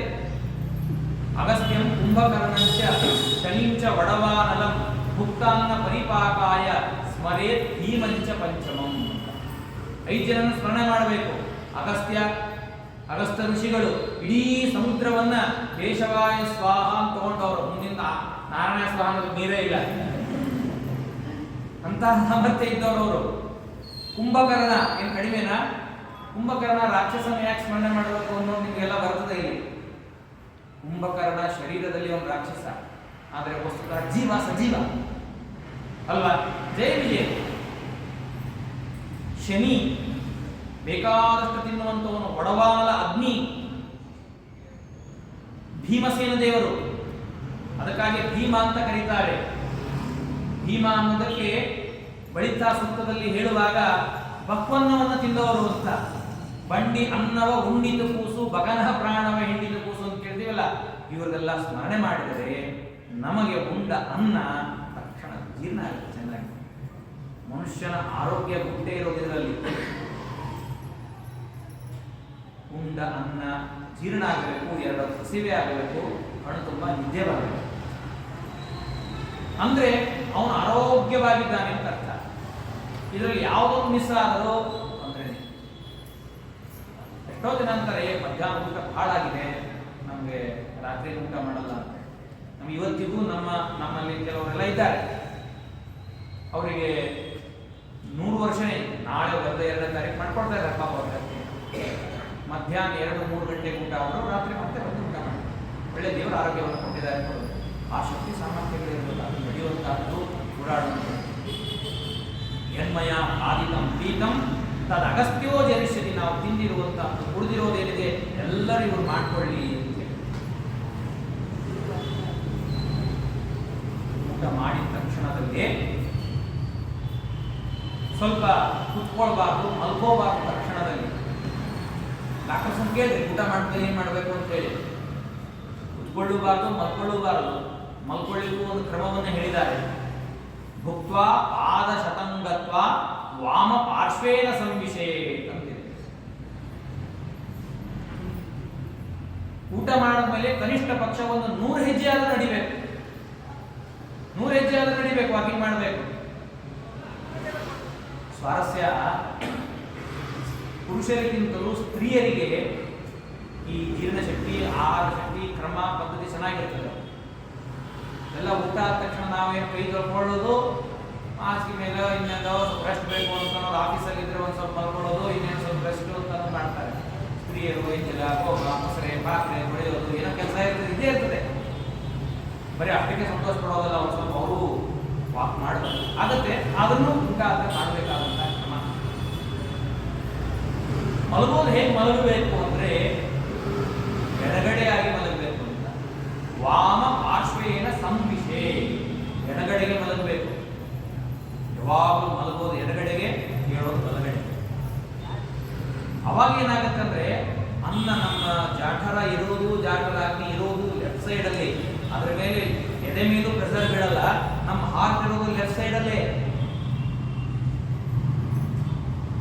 ಅಧೋಗತಂ ಚಾನ್ನಂ ಸುಖಂ ತಿಷ್ಠತಿ ಜೀವ್ಯತಿ ಅಂತಾರೆ. ಯಾಕಂದ್ರೆ ಅನ್ನ ಅಧೋಗತವಾಗಿ ಸುಖವಾಗಿ ಜೀರ್ಣ ಆಗುತ್ತೆ ಮತ್ತು ಫಲಪ್ರದವಾಗುತ್ತೆ. ಇವತ್ತು ಯಾರನ್ನಾರ ಡಾಕ್ಟರ್ಸ್ನ ಕೇಳ್ರಿ, ನೀವು ಎಂಟ್ರಲ್ ಅಸ್ಟ್ರಾಲಜಿಸ್ಟ್ ಅವ್ರನ್ನ ಕೇಳ್ರಿ, ಇದನ್ನೆಲ್ಲವನ್ನು ಶಾಸ್ತ್ರಕಾರ ಹೇಳಿದೆಯಲ್ಲ ಅನ್ನೋದು ಯಾವ ಹೇಳ್ತಾರೆ. ಯಾಕೆ ನಮಗೆ ದೇಹ ಸ್ಥೌಲ್ಯ ಬರ್ತದೆ, ಫ್ಯಾಟ್ನೆಸ್ ಯಾಕೆ ಬರ್ತದೆ? ಊಟ ಚೆನ್ನಾಗಿ ಮಾಡ್ತೀರಿ, ಆಮೇಲೆ ಇದು ಕೆಲಸ ಮಾಡಲ್ಲ, ವ್ಯಾಯಾಮ ಮಾಡಲ್ಲ. ನಮ್ಮಲ್ಲೆಲ್ಲ ಊಟ ಮಾಡಿ ಏನಾದ್ರೂ ಕೆಲಸ ಇದ್ರೆ ಕಟ್ಟಿಗೆಗಳನ್ನು ಹೊಡಿತಿದ್ರಂತೆ, ಹೋಗಿ ಏನಾದ್ರು ತೊಗೊಂಡೋಗಿ ಮಾಡಿ ಕೆಲಸ ಮಾಡ್ತಿದ್ರು. ತಕ್ಷಣದಲ್ಲಿ ಮಾಡುವಂಥದ್ದಲ್ಲ. ಶಾಸ್ತ್ರಕಾಲ ರಾಜವಲ್ಲಭ ಅನ್ನೋ ವ್ಯಕ್ತಿ ಹೇಳ್ತಾರೆ, ಭುಕ್ತ್ವಾ ಉಪವಿಶತಃ ಕುಂದ್ವಂ ಶಯಾನಸ್ಯ ವಪುರ್ಭವೇ ಆಯುಹು ಚಂಕ್ರಮಮಾಣಸ್ಯ ಮೃತ್ಯುರ್ಧಾವತಿ ಧಾವತಃ ಅಂತ. ಊಟ ಮಾಡಿದ ತಕ್ಷಣ ಬಹಳ ಆಯ್ತಪ್ಪ ಅಂತ ಕೂತು ಬಿಡ್ತಾರೆ, ಚೇರ್ ಮೇಲೋ ಕೆಳಗೋ ಇನ್ನೆಲ್ಲೋ ಕುಳಿತರೆ ತುಂಡ ಬೆಳೀತದೆ ಅಂತ. ತುಂಡ ಅಂತಂದ್ರೆ ಹೊಕ್ಕಳಿನ ಕೆಳಗಿರುವ ಭಾಗ, ಕಿಬ್ ಹೊಟ್ಟೆ ಅಂತ ಕರೀತಾರೆ ಅದನ್ನು, ಅದು ಬೆಳೀತದೆ. ಊಟ ಮಾಡಿದ ತಕ್ಷಣ ಮಲಗಿದರೆ ಶಯಾನಸ್ಯ ವಪುರ್ಭವೇ, ಶರೀರ ಬೆಳೀತದೆ, ಫ್ಯಾಟ್ನೆಸ್ ಬೆಳೀತದೆ ಎಲ್ಲ ಕಡೆಗೂ. ಆಯುಹು ಚಂಕ್ರಮಮಾಣಸ್ಯ, ಸಂಕ್ರಮಣ ಅಂದ್ರೆ ಮಂದಂ ಮಂದಂ ಗಮನ ಅಂತ ಬರೀತಾರೆ. ಮೆಲ್ಲಗೆ ಊಟ ಆದ್ಮೇಲೆ ರನ್ ಅಲ್ಲ, ಫಾಸ್ಟ್ ಅಲ್ಲ, ಓಡೋದಲ್ಲ, ಮೆಲ್ಲಗೆ ಗರ್ಭಿಣಿ ಸ್ತ್ರೀ ನಡೆದಂಗೆ ನಡಿಬೇಕಂತೆ. ಆಗ ಅವನ ಆಯುಷ್ಯ ಬೆಳೀತದೆ. ಯಾರಾದ್ರೂ ಊಟ ಆದ್ಮೇಲೆ ಓಡಿದ್ರೆ ಮೃತ್ಯುನು ಬೆನ್ನಟ್ಕೊಂಡು ಬರ್ತದೆ ಅವನು ಓಡಿ ಅಂತ ಹೇಳ್ತಾರೆ. ಮೃತ್ಯು ಧಾವತಿ ಧಾವತ ಅಂತ. ಹೀಗೆ ಭೋಜನದ ಕ್ರಮ ಇದು ಬಹಳ ಇದೆ. ಒಂದೊಂದು ವಿಚಾರಗಳು ಹೇಳುವಂತದ್ದು. ಭೋಜನ ಮಾಡುವಾಗ ಉಣ್ಣುತ್ತಿದ್ದ ಕುಳಿತಾಗ ನಮ್ಮ ಪರಿಸರನೂ ಹೇಗಿರಬೇಕು ಅಂತ ಶಾಸ್ತ್ರಕಾರರು ಕೊಡ್ತಾರೆ. ಮಂಗಲವಾದ ಪದಾರ್ಥಗಳನ್ನು ನೋಡ್ತಾ ಊಟ ಮಾಡಬೇಕು. ಇವತ್ತು ಮೇನ್ ಮಕ್ಕಳಿಗೆ ಊಟ ಮಾಡಿಸೋದೇನು ಅಂತಂದ್ರೆ 2ರಿಂದ ಮಾಡಿಸ್ತಾರೆ. ಒಂದು ಮೊಬೈಲಲ್ಲಿ ಕಾರ್ಟೂನ್ ಹಾಕೊಡ್ತಾರೆ ಅಥವಾ ಟಿವಿಯಲ್ಲಿ ಕಾರ್ಟೂನ್ ಹಾಕೊಡ್ತಾರೆ. ಆ ಸಣ್ಣ ವಯಸ್ಸಿನಿಂದಲೇ ಅವರಿಗೆ ನಾವು ಅನ್ನ ತುತ್ತು ಹಾಕ್ತಾ ಇಲ್ಲ. ತಾಯಿ ತಂದೆಯಾದವರು ಅನಾರೋಗ್ಯವನ್ನು ಉಣಿಸ್ತಾ ಇದ್ದೀವಿ, ಮನಸ್ಸಿನ ಮೇಲೆ ಪರಿಣಾಮಗಳನ್ನು ತಂದುಕೊಡ್ತಾ ಇದ್ದೀವಿ. ಛೋಟಾ ಭೀಮ್ ಹಚ್ಚಿದ್ರೆ ಊಟ ಮಾಡೋದು, ಇಲ್ಲಾಂದ್ರೆ ಇಲ್ಲೇ ಇಲ್ಲ, ಬಾಯಿಗೆ ತೆಗೆದಿಲ್ಲ ಮಗು. ಹಾಗೆ ನಾವು ಪರಿಕ್ರಮಣವನ್ನು ಮಾಡಿಕೊಡ್ತೀವಿ. ಆಯುಷ್ಯ ಮತ್ತು ಧರ್ಮ ವಿವರ್ಧನ ಅಂತ ಸ್ವಾರಸ್ಯವಾಗಿ ಹೇಳ್ತಾರೆ. ಮಂಗಲವಾದ ಪದಾರ್ಥಗಳನ್ನು ಯಾಕೆ ನೋಡಬೇಕು ಊಟ ಕೊಟ್ಟಾಗ ಅಂದರೆ ಆಯುಷ್ಯ ಮತ್ತು ನಮ್ಮ ಧರ್ಮ ಬೆಳೆದಿದೆ. ಮಕ್ಕಳಿಗೆ ನಾವು ಬರೀ ಹೊಟ್ಟೆ ತುಂಬಿಸೋದಲ್ಲ, ತಾಯಿ ಕೊಡುವಂತಹ ಅನ್ನ ಮಕ್ಕಳಿಗೆ ಅದು ಶಕ್ತಿ ಬಲ ಹೊಟ್ಟೆ ತುಂಬಿಸುವಂತಹದ್ದಲ್ಲ, ಒಂದು ಧರ್ಮ ಬುದ್ಧಿ ಶಕ್ತಿಯನ್ನು ತುಂಬುವಂತಹ ಪದಾರ್ಥ ಆಗಿರ್ತದೆ. ಯಾಕೆ ತಾಯಿ ಕೊಡುವಂತಹ ಪ್ರೀತಿ ಯಾರು ಕೊಡಲಿಕ್ಕೆ ಸಾಧ್ಯ ಇಲ್ಲ. ಅವ್ರು ಹಾಗಾದ್ರೆ ಅವರು ಕೊಡುವಂತಹ ಆಹಾರದ ಮೇಲಾಗುತ್ತದೆ. ಲೋಕೇಸ್ಮಿನ್ ಅಷ್ಟೌ 8 ಬಹಳ ಮಂಗಲಕರವಾಗುತ್ತಿದೆ. ಬ್ರಾಹ್ಮಣ, ಗೋವು, ಅಗ್ನಿ, ಹಿರಣ್ಯ, ಅಂಗಾರ, ಸರ್ಪಿ, ತುಪ್ಪ, ಆದಿತ್ಯ, ನೀರು, ರಾಜ ಇಂಥವ್ರು ದರ್ಶನ ಮಾಡಿಕೊಡ್ರಿ ಅಂತಾರೆ. ಇಷ್ಟು ಸ್ವಾರಸ್ಯವಾಗಿರುವಂಥದ್ದು. ಎಂದೆಂದೂ ಕೂಡ ಚಪ್ಪಲಿ ಹಾಕೊಂಡು ಊಟ ಮಾಡುವುದಂಥದ್ದು ಅತ್ಯಂತ ನಿಷಿದ್ಧವಾಗಿ ಹೇಳ್ತಾರೆ. ಈ ಅನೇಕ ಇದೆ, ಅದನ್ನೆಲ್ಲ ಯಾವ್ದಾವ್ದು ನಿಷಿದ್ಧವಾದದ್ದನ್ನು ಹೇಳೋದು, ನಿಷಿದ್ಧವಾದದ್ದನ್ನು ತಿಳಿಯಲೇಬೇಕು. ಒಂದು ಸೆಷನಲ್ಲಿ ತಿಳಿಯೋದು ತುಂಬಾ ಕಠಿಣಕರವಾದ ಕೆಲಸ ಇರುವ ವಿಚಾರ. ಹೀಗೆ ವ್ಯಕ್ತಿ ತಾನು ಆಹಾರ ಮೌನ ಅನ್ನೋದು ತಾನು ಇಷ್ಟವಾಗಿ ವಹಿಸಲೇಬೇಕು. ಆ ಭೋಜನದಲ್ಲಿ ಎಷ್ಟು ಮೌನವನ್ನು ವಹಿಸ್ತಾನೋ, ಕೇವಲ ಒಂದು ಭೋಜನ ಒಂದೇ ಅಲ್ಲ, ಭೋಜನ, ಸ್ನಾನ, ಪುರೀಶ ಉತ್ಸರ್ಗ, ಮಲಮೂತ್ರ ವಿಸರ್ಜನ, ಈ 4 ಸಂದರ್ಭದಲ್ಲಂತೂ ನೇಮೇನ ಮೌನವನ್ನು ಆಚರಣೆ ಮಾಡಲೇಬೇಕು. ಅದಕ್ಕಷ್ಟು ಶಿಷ್ಟವಾದ ಶಕ್ತಿಯನ್ನು ಹೇಳಿದ್ದಾರೆ. ಬರೀ ಒಂದು ಊಟ ಅಲ್ಲ, ಊಟ ಆಗ್ಬೋದು, ಸ್ನಾನ ಆಗ್ಬೋದು, ಮಲಮೂತ್ರ ವಿಸರ್ಜನೆ ಸಂದರ್ಭದಲ್ಲಿ. ಪಾತ್ರೆಗಳು, ಊಟದ ಪಾತ್ರೆ ಹೇಗಿರಬೇಕು? ಯಾವ್ದಾದ್ರು ಎಲ್ಲರೂ ಊಟ ಮಾಡ್ತಾ ಇದ್ದಾರೆ. ಇವತ್ತು ಗಾಳಿ ಪಾತ್ರೆಗಳಂತಾರೆ, ಪ್ಲಾಸ್ಟಿಕ್ ಹಾಕೊಳ್ತಾರೆ, ಇನ್ನೇನೋ ಯೂಸೆಡ್ ಥ್ರೋ ತಗೊಳ್ತಾರೆ. ಮನುಷ್ಯನಿಗೆ ಬೇಕಾದಷ್ಟು ಸಂಪತ್ತುಗಳನ್ನು ಬೇರೆ ಬೇರೆ ಕೊಟ್ಟಿದ್ದಾರೆ. ನಮಗೆ ಒಳ್ಳೆಯ ಯೋಗ್ಯವಾದಂತಹ ಶಕ್ತಿ ಇದ್ದಾಗ ಅವಶ್ಯವಾಗಿ ಬೆಳ್ಳಿ ತಟ್ಟೆಯಲ್ಲಿ ಊಟ ಮಾಡ್ರಿ ಅಂತ ಹೇಳ್ತಾರೆ. ಯಾವುದೋ ಸ್ಟೀಲ್ ತಟ್ಟೆ ಹಾಕೊಳ್ಳೇಬೇಡ್ರಿ ಅಂತ. ಸ್ಟೀಲ್ ಅನ್ನೋದು ಕಾನ್ಸೆಪ್ಟ್ ಹೇಗಿದೆ ಅಂತಂದ್ರೆ ಅದು ಕಬ್ಬಿಣದ ಇನ್ನೊಂದು ಪ್ರಭೇದ ಅಷ್ಟೇ. ಮ್ಯಾಗ್ನೆಟ್ ಅದಕ್ಕೆ ನೋಡೋದು ಅಷ್ಟೇ ಹೊರತು ಇನ್ನೊಂದು ಎಷ್ಟೋ ಆಭರಣ ಒಡವೆ ಐಶ್ವರ್ಯಗಳನ್ನು ಮಾಡಿಸ್ಕೊಳ್ತಾರೆ ಸ್ತ್ರೀಯರಾಗಲಿ ಪುರುಷರಾಗಲಿ. ಒಂದು ವರ್ಷದ ಈ ವರ್ಷದ ಪ್ರಾಜೆಕ್ಟ್ ನಾವೇನ್ ಮಾಡಬೇಕು, ಮನೆಗೆ ಎಲ್ಲರಿಗೆ ಬೆಳೆ ತಟ್ಟೆ ಊಟ ಬೆಳಿಗ್ಗೆ ಮಾಡಿಸ್ಬೇಕು. ದೋಷ ದೃಷ್ಟಿ ಪಥ್ಯಂ ಹೈಮಂ ಭೋಜನ ಭಾಜನ ಬಂಗಾರದ ಪಾತ್ರೆ ಬಹಳ ಉತ್ತಮ. ರೌಪ್ಯಂ ಭವತಿ ಚಾಕ್ಷುಷ್ಯಂ, ಬೆಳ್ಳಿಯ ಪಾತ್ರೆಯಲ್ಲಿ ಊಟ ಮಾಡಿದರೆ ಒಳ್ಳೆ ಚಾಕ್ಷುಷ್ಯ ಅಂದ್ರೆ ಒಳ್ಳೆ ದೃಷ್ಟಿ ಬರುತ್ತೆ ಅಂತ. ಬರೀ ದೃಷ್ಟಿವಂತರವಾಗಲ್ಲ, ಅವೆಲ್ಲ ಒಳ್ಳೆ ದೇಹದಲ್ಲಿ ಆರೋಗ್ಯವನ್ನು ಕೊಡುವಂತಹ ಅದರಲ್ಲಿ ಐರನ್ ಕಂಟೆಂಟ್ ಅವೆಲ್ಲ ಇರುತ್ತದೆ. ಕೆಲವೊಂದೇ ಕಬ್ಬಿಣ ಪಾತ್ರೆ ಒಗ್ಗರಣೆಗೆ ಕರಿಯುವ ಪದಾರ್ಥಗಳಿಗೆ ಅದನ್ನು ಉಪಯೋಗಿಸ್ತೀರಿ ಅಂತ ಹೇಳಿದ್ದಾರೆ, ಊಟಕ್ಕಲ್ಲ. ಔಷಧವಾಗಿ ಅದನ್ನೆಲ್ಲ ಹೇಳ್ತಾರೆ. ಪಿತ್ತರತ್ ಕಫವಾತಕೃತ, ಪಿತ್ತವನ್ನು ಹರಣ ಮಾಡ್ತದೆ, ಕಫವಾತಗಳನ್ನು ಪರಿಹಾರ ಮಾಡುವಂಥದ್ದು. ಕಾಂಸ್ಯಂ ಬುದ್ಧಿಪ್ರದಂ ರುಚಂ, ಆಗಲಿಲ್ಲ ಸ್ಟೀಲ್ ಕಂಚಿನ ಪಾತ್ರೆಯನ್ನು ತಟ್ಟೆ, ಕಂಚಿನ ತಟ್ಟೆ ಆದರೂ ತೆಗೆದುಕೊಂಡು ಊಟ ಮಾಡಬಹುದು. ಸಾಧ್ಯವಾದಷ್ಟು ಇದರಿಂದ ಪ್ರಯೋಜನ ದಿನನಿತ್ಯದಲ್ಲಿ ಮಾಡುವಂತಹದ್ದು ಊಟ ಅಂತ ಎಲ್ಲರೂ ಮಾಡ್ತಾರೆ. ನೀವು ಕಂಚಿನ ಪಾತ್ರೆಗಾದರೂ ಕಂಚಿನ ತಟ್ಟೆನಾದ್ರೂ ಹಾಕೊಳ್ಳಿ, ಒಳ್ಳೆ ಕಂಚು ನೋಡಿಕೊಂಡು. ರಕ್ತ ಪಿತ್ತ, ಮನುಷ್ಯನ ದೇಹದಲ್ಲಿ ರಕ್ತಾದಿಗಳನ್ನು ಬೆಳೆಸುವಂಥದ್ದು.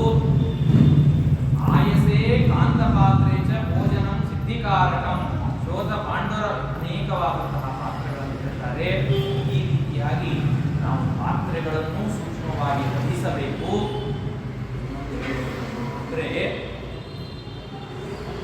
ಕ್ರಮವಾಗಿ ಊಟ ಮಾಡುವಂತು. ಅಸ್ಮಿಯಾತ್ ಮನ್ಮನ ಭೂತ್ವ ಪೂರ್ವಂತು ಮಧುರಂ ರಸಂ, ಮೊದಲಿಗೆ ಏನು ಊಟ ಮಾಡಬೇಕು, ಮಧುರವಾದದ್ದನ್ನ ಸಿಹಿಯಾದದ್ದನ್ನು ತಿನ್ನಬೇಕು. ಅದಕ್ಕೆ ಪಾಯಸ ತುಪ್ಪ ಹಾಕಿರ್ತಾರೆ, ಅದನ್ನು ತಿನ್ನಬೇಕು. ಮಧ್ಯಮ ಲವಣ, ಮಧ್ಯದಲ್ಲಿ ಸ್ವಲ್ಪ ಉಪ್ಪಿನವಾದ ಪದಾರ್ಥಗಳನ್ನ, ಹುಳಿಯಾದ ಪದಾರ್ಥಗಳು, ಅದಕ್ಕೆ ಹುಳಿ ಸಾರು ಹಾಕ್ತಾರೆ, ಅದನ್ನು ಊಟ ಮಾಡಬೇಕು. ಪಶ್ಚಾತ್ ಕಟು ತಿಕ್ತ ಕಷಾಯಕ, ನಂತರದಲ್ಲಿ ಕಟು ಖಾರವಾದದ್ದು, ಸಿಹಿಯಾದ ತಕ್ಕನೆ ಖಾರ, ಏನಾದರೂ ಒಂದು ಖಾರ ಪದಾರ್ಥವನ್ನು ಮಾಡಿದ್ದು, ಕಹಿಯಾದದ್ದು ಮಾಡ್ತಾರೆ. ಹಣ್ಣನ್ನ ಊಟಕ್ಕಿಂತ 1 ಗಂಟೆ ಮುಂಚೆ ತಿನ್ರಿ ಅಂತಾರೆ. ಫಲಾನ್ಯಾದೋ ಸಮಾಸ್ನೀಯ ದಾಳಿಮಾದೀನಿ ಉದ್ಯಮ, ದಾಳಿಮ ಫಲ ಇಂಥವೆಲ್ಲ ತಿನ್ರಿ. ವರ್ಜನೀಯಂಚ ಕರ್ಕಟಿಯಲ್ಲಿ ಸೌತೆಕಾಯಿ ಇತ್ಯಾದಿಗಳು ಊಟಕ್ಕಿಂತ ಮುಂಚೆ ತಿನ್ಬೇಡ್ರಿ ಅಂತ ಹೇಳ್ತಾರೆ. ಆ ಇತ್ಯಾದಿಗಳನ್ನೆಲ್ಲ ಕಠಿಣ, ಮೊದಲಿಗೆ ಕೃತಪೂರ್ವಕವಾಗಿ ಕಠಿಣವಾದ ಪದಾರ್ಥಗಳನ್ನು ತಿನ್ನಬೇಕು. ಹೇಗೆ ಅಂದ್ರೆ ಉದಾಹರಣೆ ಕೊಡ್ತಾರೆ, ಕಾಶಿ ಕಡೆ ಎಲ್ಲ ಕಡೆಗೂ ಅವರಿಗೆ ಈಗ ಅಕ್ಕಿ ಎಲ್ಲ ತಿನ್ನೋದಿಲ್ಲ, ಮೊದಲಿಗೆ ರೋಟಿ ಖಾಯಂಗೆ ಪೈಲ ಅಂತಾರೆ ಅವರು. ಒಳ್ಳೆ ತುಪ್ಪ ಮೊಸರು ಎಲ್ಲ ಹಾಕೊಂಡು ಒಳ್ಳೆ ರೋಟಿ ಇಂತ ತಿಂತಾರೆ ಅವ್ರ ಕಡೆ. ಬಗ್ಗೆ ಚಪಾತಿ ಏನಾದ್ರು ಅಂತವ್ ತಿನ್ರಿ, ಅನಂತರ ಮೆತ್ತಗಿರುವ ಅನ್ನಾದಿಗಳನ್ನು ತಿನ್ನೋದು ಅಂತ. ದೇಹಕ್ಕೆ ಬಲ ಕೊಡುವಂಥದ್ದು ಯಾವುದು ಅದರಿಂದ ತಿನ್ನಬೇಕು. ಆಹಾರ ಪದ್ಧತಿಗಳು ಅವರವರ ಅನುಗುಣವಾದದ್ದು ಇರ್ತದೆ, ಆಯಾ ದೇಶ ಆಚಾರ ವಿಚಾರವಾಗಿ. ಈ ಬೆಂಗಳೂರಲ್ಲಿ ನಿಂತ್ಕೊಂಡು ನಾವು ಗುಲ್ಬರ್ಗಾ ಸೈಡ್ ಅವ್ರು ಬಕ್ರಿ ತಿಂತೀವಿ ಅಂದ್ರೆ ಜೀರ್ಣ ಆಗುದಿಲ್ಲ ಈ ವೆದರಿಗೆ. ಆ ಕಡೆ ತೊಗರಿ ಬೇಳೆನೇ ರಾಜ್ಯ, ಅಲ್ಲಿ ತೊಗರಿಗಳನ್ನ ಅಲ್ಲಿ ಚೆನ್ನಾಗಿ ತಿಂತಾರೆ. ಇಲ್ಲ ಅಷ್ಟು ತೊಗರಿ ಬೇಳೆ ತಿಂದ್ರೆ ವ್ಯಕ್ತಿಗೆ ಇದಾಗತ್ತೆ, ಅಸಿಡಿಟಿ ಆಗುತ್ತೆ. ಆಯಾ ದೇಶ ವಿಚಾರ ಆಚಾರಗಳು ಸೇರ್ಕೊಳ್ಳುವಂಥದ್ದು. ಹೀಗೆ ಆ ಸದಸ್ಯ ಹಾಗೆ ಈ ಭೋಜನದ ವಿಚಾರವನ್ನ ವಿಶೇಷವಾಗಿ ಹೇಳ್ತಾರೆ. ಮಂಡಲಾದಿಗಳನ್ನ ಮಾಡಬೇಕು, ಮಂಡಲಗಳಿಲ್ಲದೇನೆ ಸರ್ವಥಾ ಮಾಡಬಾರದು. ಆ ಮಧ್ಯದಲ್ಲಿ ಏನನ್ನೂ ತಿನ್ನಬಾರದು, ಗಮನಿಸಬೇಕಿದೆ. ಸಾಯಂ ಪ್ರಾತಃ ಮನುಷ್ಯಾಣ ಅಶನಂ ದೇವ ನಿರ್ಮಿತಂ ನಾಂತರ ಭೋಜನಂ ಕರ್ಯ ಅಗ್ನಿಹೋತ್ರ ಸಮೂಹಿನಿ. ಅಗ್ನಿಹೋತ್ರವನ್ನು ನಾವು ಯಾರು ಮಾಡೋದಿಲ್ಲ, ಆದ್ರೆ ನಮ್ಮ ಊಟವನ್ನೇ ಅಗ್ನಿಹೋತ್ರವನ್ನಾಗಿ ಮಾಡಬಹುದು. ನೀವು ಟ್ರೈನಲ್ಲಿ ಹೋಗ್ಬೇಕಾದ್ರೆ ನೋಡಿರ್ತೀರಿ, ಟ್ರೈನಲ್ಲಿ ನೀವು ಬಂದಾಗ ಏನಪ್ಪ ಪಕ್ಕದ ಇದರಲ್ಲಿ ಕುತ್ಕೊಂಡಿದ್ದು ನಾವಾಡಿಗಳು ಏನು ಅಲ್ಲಿಂದ ಪ್ರಾರಂಭ ಮಾಡಿದ್ದು ಬೆಳಿಗ್ಗೆ ತನಕ ತಿಂತಾನೆ ಕುಡಿದ್ರು ಮುಗುದೇ ಇಲ್ಲ ಅಂತ. ಒಂದೊಂದಾದ್ಮೇಲೆ ಒಂದೊಂದು ಯಾರ್ಯಾರು ಏನೇನು ಮಾರಾಟ ಮಾಡ್ಕೊಳ್ಳಿಕ್ ಬರ್ತಾರ ಅದನ್ನು ತಗೊಳ್ಳೋದು, ತಮ್ಮ ಮನೆಯಿಂದ ತಂದು ತಿನ್ನೋದು, ಬಿಡೋದೇ ಇಲ್ಲ, ಮುಗಿಸ್ತಾ ಇಲ್ಲ ಅಂತ.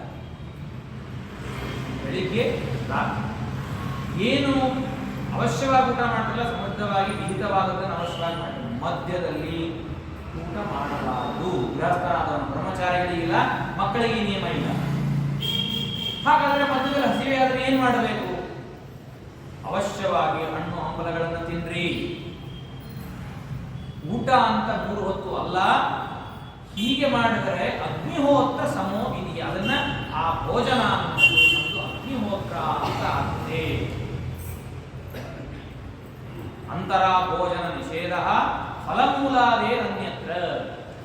ಹಣ್ಣು ಹಂಪಲ ಗೆಡ್ಡೆ ಗೆಣಸುಗಳನ್ನು ಅವಶ್ಯವಾಗಿ ಮಧ್ಯದಲ್ಲಿ ಹಸಿವೆಯಾದಾಗ ಏನಾದರೂ ತಿನ್ಬಹುದು. ಅದನ್ನ ನಮ್ಮ ಕಡೆ ಇನ್ನೂ ಒಂದು ಹೇಳಬೇಕು, ಸುಮ್ಮನೆ ಪ್ರಸಂಗ ಬಂದಾಗ ಹೇಳ್ತೀನಿ. ಅವಲಕ್ಕಿ ಪ್ರಧಾನ. ಬೆಳಿಗ್ಗೆ ಆಗಲಿ ಸಾಯಂಕಾಲ ಆಗಲಿ ಆಯ್ತು ಅಂದ್ರೆ ನಮ್ಮ ಮಕ್ಕಳೇ ಅಂತಿರ್ತಾರೆ, ಏನ್ ಯಾವಾಗ ಊಟ ಮಾಡಂತಾರೆ, ಬರೀ ಅವಲಕ್ಕಿ ತಿಂತೀವಿ ನಾವು ಇವತ್ತು ಅಂತ. ಬ್ರಹ್ಮ ವೈವರ್ತ ಪುರಾಣದಲ್ಲಿ ಅವಲಕ್ಕಿ ಬಗ್ಗೆ ವಿಚಾರ ಬರ್ತದೆ. ದ್ವಿಸ್ವಿನ್ನಮನ್ನಂ ನಭೋಕ್ತವ್ಯಂ ವಿಧವಾ ಬ್ರಹ್ಮಚಾರಿವಿಹಿ ಅಂತ ಬರ್ತದೆ. ಇದು ದ್ವಿಸ್ವಿನ್ನ ಅಂತ ಕರೀತಾರೆ. ಅವಲಕ್ಕಿ ಮಾಡುವ ಪ್ರಕ್ರಿಯೆ ಹೇಗೆ ಅಂದ್ರೆ, ಭತ್ತವನ್ನ ದ್ವಯಿಸಿ ಅನಂತರದಲ್ಲಿ ಅದನ್ನ ಹುರಿದು ಮಾಡುವಂಥದ್ದು. ಆ ಅವಲಕ್ಕಿ ತಂದು ನಾವು ಮನೆಯಲ್ಲಿ ಏನ್ ಮಾಡ್ತೀವಿ, ಮತ್ತೆ ಇನ್ನೊಂದ್ಸತಿ ಬೇಯಿಸ್ತೀವಿ. ಸೂಸ್ಲಾತ್ ಮಾಡಿದಾಗ ತೆಳ್ಳಗಿಂದ ಪೇಪರ್ ಬಿಟ್ಬಿಡ್ರಿ, ತೆಳ್ಳಗಿಂದ ಮಾಡಿದಾಗ ಬಿಸ್ವಿನ್ ಹಾಕಿ 2 ಬಾರಿ ಬೇಯಿಸಿದಂಗೆ ಆಯ್ತಾ ಪ್ರಭುದವನ್ನ. ಶುದ್ಧಂ ದೇಶ ವಿಶೇಷಕ್ಕೆ ಅದನ್ನು ಹೇಳ್ತಾರೆ. ಮತ್ತೆ ಕೆಲವೊಂದು ದೇಶ ವಿಶೇಷಗಳಲ್ಲಿ ಅದು ಅತ್ಯಂತ ಶುದ್ಧ. ಇದು ಒಂದು ಕ್ರಮವನ್ನು ಹೇಳುವಂಥದ್ದು. ಆದರೆ ನಮ್ಮ ಸಂಪ್ರದಾಯದಲ್ಲಿ ಬರುವಂತಹದ್ದು, ಅದಕ್ಕಾಗಿ ಎಲಿಗಳು ಯಾರು ತಿನ್ನುವುದಿಲ್ಲ ಅವಲಕ್ಕಿನ. ಶುದ್ಧ ಸದಾಚಾರದಲ್ಲಿ ಇರುವಂತವರು ಏನ್ ಹೇಳ್ತಾರೆ, ಇದು ಕುಟ್ಟಿದ ಅವಲಕ್ಕಿ, ಮನೆ ಅವಲಕ್ಕಿ ಅಂತ ಹೇಳ್ತಾರೆ. ಮನೆಯಲ್ಲೇ ಕುಟ್ಟ ಅವರೇ ಮಾಡ್ತಾ ಇರುವಂತದ್ದು. ದೇಶ ವಿಶೇಷಗಳಲ್ಲಿ ಶುದ್ಧ ನಾವು ಸ್ವೀಕಾರ ಮಾಡ್ಲಿಕ್ಕೆ ಏನು ಕಾರಣ, ಅದಕ್ಕೊಂದು ನಮ್ಮ ಹಿನ್ನೆಲೆನೂ ಇದೆ. ಶ್ರೀಕೃಷ್ಣ ಪರಮಾತ್ಮ ಅದನ್ನು ಸ್ವೀಕಾರ ಮಾಡಿದ.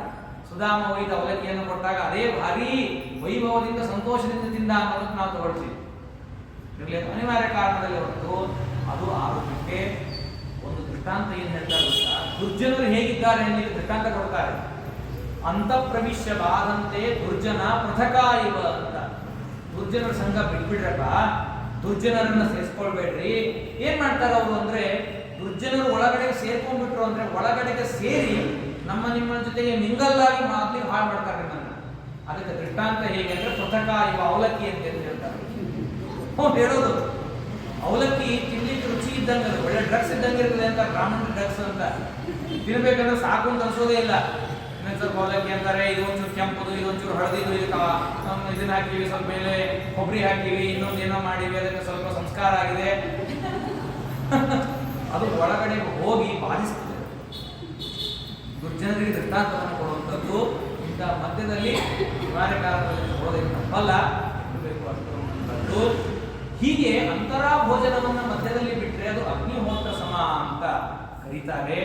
ಹೀಗೆ ವಿಶಿಷ್ಟವಾಗಿರುವಂತಹದ್ದು ಯಾವುದ್ಯಾವುದನ್ನು ಭಕ್ಷಣ ಮಾಡಬೇಕು, ಭೋಜನ ಪಾತ್ರಗಳಲ್ಲಿ ಯಾವುದು ನಿಯಮಗಳ, ತಾಂಬೂಲಾದಿಗಳು ಮೃಣ್ಮಯೇ ಪರ್ಣಪೃಷ್ಟೇವ ಕಾರ್ಪಾಸೇ ತರಂತವೇತಕ ನಾಸ್ನೀಯಾತ್ ನ ಪಿಬೇಚ್ಚೈವ ನಕರೆ ನ ತಥಾ ಮಣೋ. ಸ್ವಾರಸ್ಯವಾಗಿ ಇದನ್ನು ತಿಳ್ಕೊಳ್ಬೇಕು. ಇವತ್ತಿಗೆಲ್ಲ ಟ್ರೆಂಡ್ ನಡೀತಾ ಇದೆ, ಮಣ್ಣಿನ ಪಾತ್ರೆಯಲ್ಲಿ ಮಾಡ್ಕೊಂಡು ತಿನ್ನೋಣ, ಮಣ್ಣಿನ ಪಾತ್ರೆ ಚೆನ್ನಾಗಿರ್ತದೆ, ಮಣ್ಣಿನದ್ರಲ್ಲೇ ಕಾಫಿ ಟೀ ಕುಡಿಯೋದು, ಇದನ್ನ ಮಾಡೋದು. ಇರಲಿ, ಏನ್ ತಪ್ಪಿಲ್ಲ, ಅದನ್ನ ಕೊಡೋದು. ಆದ್ರೆ ಅದು ಯೂಸ್ ಅಂಡ್ ಥ್ರೋ, ಮತ್ತೆ ಯೂಸ್ ಮಾಡುವಾಗಿಲ್ಲ ಮಣ್ಣಿನ ಪಾತ್ರೆಯನ್ನ. ಅದರಲ್ಲಿ ನೀರು ಕುಡಿಯೋದಲ್ಲ, ಇದನ್ನೂ ಅಲ್ಲ, ಈ ಕಾಲದಲ್ಲಿ ನಿಷಿದ್ಧ ಅಂತ ಹೇಳ್ತಾರೆ. ಒಂದು ನಾವು ರೆಗ್ಯುಲರ್ ಆಗಿ ಮಾಡುವಂತಹದ್ದು, ಇವತ್ತಿಗೆ ಎಲ್ಲಿ ನೋಡಿದ್ರು ನ ಮುಕ್ತ ಕೇಶೈಹಿ ಭೋಕ್ತವ್ಯಂ. ಮುಕ್ತ ಕೇಶ, ಸ್ತ್ರೀಯರಾಗ್ಲಿ ಪುರುಷರಾಗ್ಲಿ ಕೇಶವನ್ನ ಬಿಟ್ಟುಕೊಂಡು ಎಂದೆಂದು ಊಟ ಮಾಡಬಾರ್ದು, ತಿನ್ನಬಾರ್ದು. ಚೆನ್ನಾಗಿ ಕೇಶವನ್ನ ಕಟ್ಟಿಕೊಂಡು, ಹೆರಳು ಹಾಕೊಂಡು ಅದನ್ನು ಕಟ್ಟಿಕೊಂಡು ಊಟ ಮಾಡಬೇಕು. ಹೈಜೆನಿಕ್ ಅಂತ ನಾವು 5 ಸ್ಟಾರ್ ಹೋಟೆಲ್ಗಳು ನೋಡ್ತಾರೆ. ತಲೆಗೆ ಒಂದು ದಿಗ್ಗು ಹಾಕೊಂಡಿರ್ತಾರೆ, ಕೈ ಗ್ಲೌಸ್ ಹಾಕೊಂಡಿರ್ತಾರೆ, ಸ್ಪೂನ್ ಅಲ್ಲೇ ಹಾಕ್ತಾರೆ. ಹೈಜೆನಿಕ್ ಹೈಜೆನಿಕ್ ಅಂತ ಹೇಳಿ ಅವ್ರು ಬಿಡ್ರಿ, ಅಲ್ಲೇ ಮನೆಯಲ್ಲಿ ಶಾಸ್ತ್ರ ಹೇಳಿದ್ದಾರೆ. ಅನ್ನ, ವ್ಯಂಜನ, ಉಪ್ಪು ಇದನ್ನು ಎಂದೂ ಕೈಯಿಂದ ಬಿಡಿಸಬಾರ್ದು, ಅದನ್ನು ಮುಟ್ಟಲೂಬಾರ್ದು. ಏನಿದ್ರು ಸ್ಪೂನು ಅದಕ್ಕೊಂದೊಂದಕ್ಕೆ ಮಾಡಬೇಕು, ಮಿಶ್ರಣ ಮಾಡಬಾರ್ದು. ಅನ್ನಕ್ಕೆ ಪ್ರತ್ಯೇಕ ಸೌಟು, ಹುಳಿಗೆ ಪ್ರತ್ಯೇಕ ಸೌಟು, ಪಲ್ಯಕ್ಕೊಂದು ಪ್ರತ್ಯೇಕ, ಎರಡು ಮಿಕ್ಸ್ ಮಾಡಿದ್ರೆ ಪ್ರಾಚೀನರು ಹೇಳ್ತಾ ಇದ್ರು ಇದ್ರ ಸೌಟ್ ಅದಕ್ಕೆ ಹಾಕ್ಬೇಡ, ಕಳಿಸ್ಬಿಡ್ತದೆ ರಾತ್ರಿಗೆ ಅದು ಅಂತ. ಅಂದ್ರೆ ಪ್ರಾಚೀನರು ಕೊಟ್ಟಿರುವ ಪದ್ಧತಿ ಕ್ರಮ ಹೇಗಿದೆ ನೋಡಿ, ಪ್ರಾಚೀನರು ಕೊಟ್ಟಿರುವಂತಹ ರೀತಿ ಹೇಗಿದೆ ನೋಡಿ. ಹಾಗೆ ಮುಕ್ತಕೇಶೈಹಿ ನ ಭೋಕ್ತವ್ಯಂ, ಕೂದಲನ್ನ ಬಿಟ್ಟುಕೊಂಡೆಂದು ಊಟ ಮಾಡಬಾರದು. ಕೂದಲ ಬಂದ್ರೆ ಊಟನೇ ಬಿಡಬೇಕು ಅಂತಿದೆ, ಅಥವಾ ಭಾಗವನ್ನು ತೆಗಿಬೇಕಂತ. ನನಗ್ನ ಸ್ನಾನಮಾಚರೆ, ನಗ್ನವಾಗಿ ಎಂದೂ ಸ್ನಾನ ಮಾಡಬಾರದು, ಪಾಪವನ್ನು ಮಾಡಬಾರದು. ನೈವ ನಗ್ನೇನ ಚ ಉಚ್ಚಿಷ್ಟಷ್ಟು ಸಂಶಯ. ಹೀಗೆ ಆ ಭೋಜನದ ವಿಚಾರವನ್ನು ಹೇಳ್ತಾರೆ. ನೀರನ್ನ ಇಟ್ಕೊಳ್ಳೋದು ಎಲ್ಲಿ ಇಟ್ಕೊಳ್ತೀವಿ ಅನ್ನೋ ವಿಚಾರವನ್ನು ಹೇಳ್ತಾರೆ. ನೀರನ್ನು ಎಡ ಕಡೆ ಇರೋದಲ್ಲ, ಬಲಗಡೆ ಇಟ್ಕೊಳ್ಬೇಕು. ವಾಮಹಸ್ತೆ ಗತೆ ಪಾತ್ರೆ ದಕ್ಷಿಣೇ ಚಾಮರಸ ಸ್ಥಿತಿ ಅಂತೇಳಿ. ಹೀಗೆ ಅನಿಂದನ್ ಅಕ್ಷಯೇ ನಿತ್ಯಂ ಭಾಗ್ಯತೋ ಪಂಚಗ್ರಾಸಾಂ ಮಹಾಮೌಂ ಪ್ರಾಣಾದ್ಯಾಹುತಿಗಳನ್ನ, ಪ್ರಾಣಾಹುತಿಗಳನ್ನೆಲ್ಲವನ್ನು ಕೊಡಬೇಕು. ಪ್ರಾಣಾಹುತಿಯನ್ನು ತೆಗೆದುಕೊಳ್ಳುವ ಕ್ರಮ ಇದೆ.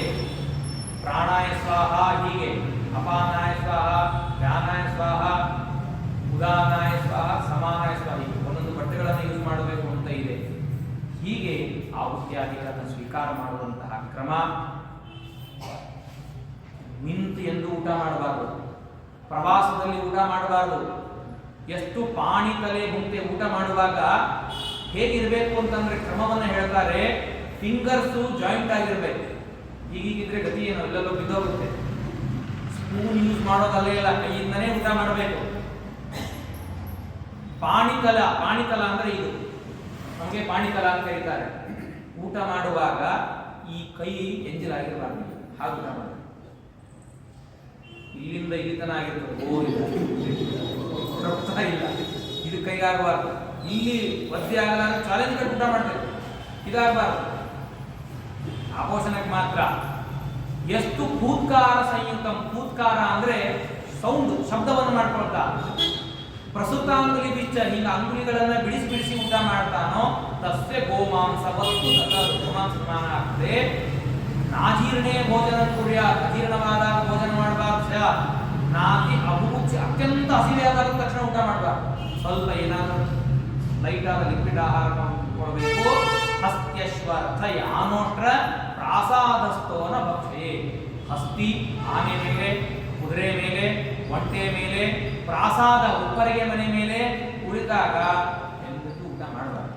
ಇವತ್ತು ಪ್ರವಾಸ ಅಂತ ಅನ್ನೋದು, ಜರ್ನಿ ಅನ್ನೋದು ಇರೋದೇ ಎಂಜಾಯ್. ಮೊದಲಿಗೆ ಜರ್ನಿ ಒಂದು ಬ್ಯಾಗ್ ಆಗಿರ್ತದೆ, ಒಂದು ಬ್ಯಾಗು ಬಟ್ಟೆ ಬರಿಗಳಾಗಿರ್ತದೆ, ಇನ್ನೊಂದು ಬ್ಯಾಗ್ ಅಂದ್ರೆ ಫಲಾಹಾರ ಬ್ಯಾಗ್. ಸರ್ವಥಾ ಪ್ರಯಾಣದ ಸಂದರ್ಭದಲ್ಲಿ ಎಂದು ಮಲ್ಕೊಂಡು ಎಂದೆಂದೆಂದು ಊಟ ಮಾಡಬಾರದು. ಶಯಾನಸ್ಥೋ ನ ಭುಂಜೀತ ನ ಪಾಣಿಸ್ತಂಚನ ಸಾಧನೆ. ಸ್ವಾರಸ್ಯವಾಗಿ ಹೇಳ್ತಾರೆ, ನಾರ್ಧರಾತ್ರಿ ಕದಾಚನ, ಅರ್ಧರಾತ್ರಿಯಲ್ಲಿ ಎಂದೆಂದೆಂದು ಊಟ ಮಾಡಬಾರದು. ಇವತ್ತಿಗೆ ನೋಡಿ ಸಮಸ್ಯೆ ಆಗಿರೋದು ಏನಿದೆ, ಎಲ್ಲರೂ ನೈಟ್ 10 ಗಂಟೆ, 11 ಗಂಟೆ, 12, 2 ಗಂಟೆ. ಯಾಕೆ? ಕೆಲಸದ ಒತ್ತಡ. ಬರೋದೇ ಕಂಪನಿಯಿಂದ ಅಷ್ಟೊತ್ತಿಗೆ ಆಗ್ತದೆ. ಎಲ್ಲೋ ನಿಂತು ಊಟ ಮಾಡಿ ಬರ್ತಾರೆ. ನಿಂತು ಊಟ ಮಾಡೋದು ಪರಮ ಶಾಸ್ತ್ರೀಯವಾಗಿ ನಿಷಿದ್ಧ, ಆರೋಗ್ಯಕ್ಕೆ ಹಾನಿಕರ ಅಂತ ಹೇಳಿ ಇವತ್ತು ಆರೋಗ್ಯ ಕೆಡಿಸಿಕೊಂಡಿರುವುದೇ ಯುವಕರು. ಅಕಾಲದಲ್ಲಿ ಭೋಜನ, ಮಿತಭು ಹಿತಭು ಸಕಾಲಭು. ಏನು ಧರ್ಮರಾಜ ಹೇಳಿದ, ಸಕಾಲದಲ್ಲಿ ಮಾಡುವಂತಹ ಭೋಜನ ಇದು ನಮಗೆ ಆಗುತ್ತೆ. ಯಾವುದೋ ಕಾಲದಲ್ಲಿ ಯಾವುದೋ ವಿಚಾರಗಳನ್ನು ನಾವು ತಿಳಿದೀವಿ, ಅದನ್ನು ಎಷ್ಟು ಸಾಯಂಕಾಲ ಹೊತ್ತಿನ ಭೋಜನ 8 ಗಂಟೆ ಒಳಗೆ ಮುಗಿಸ್ಕೊಂಡ್ರೆ ಕಾರಣ ಹೇಳೋದೇನೆಂದ್ರೆ, ನಮಗೆ ಜೀರ್ಣ ಆಗಲಿಕ್ಕೆ ಒಂದಿಷ್ಟು ಟೈಮು ಅಂತ ಬೇಕು.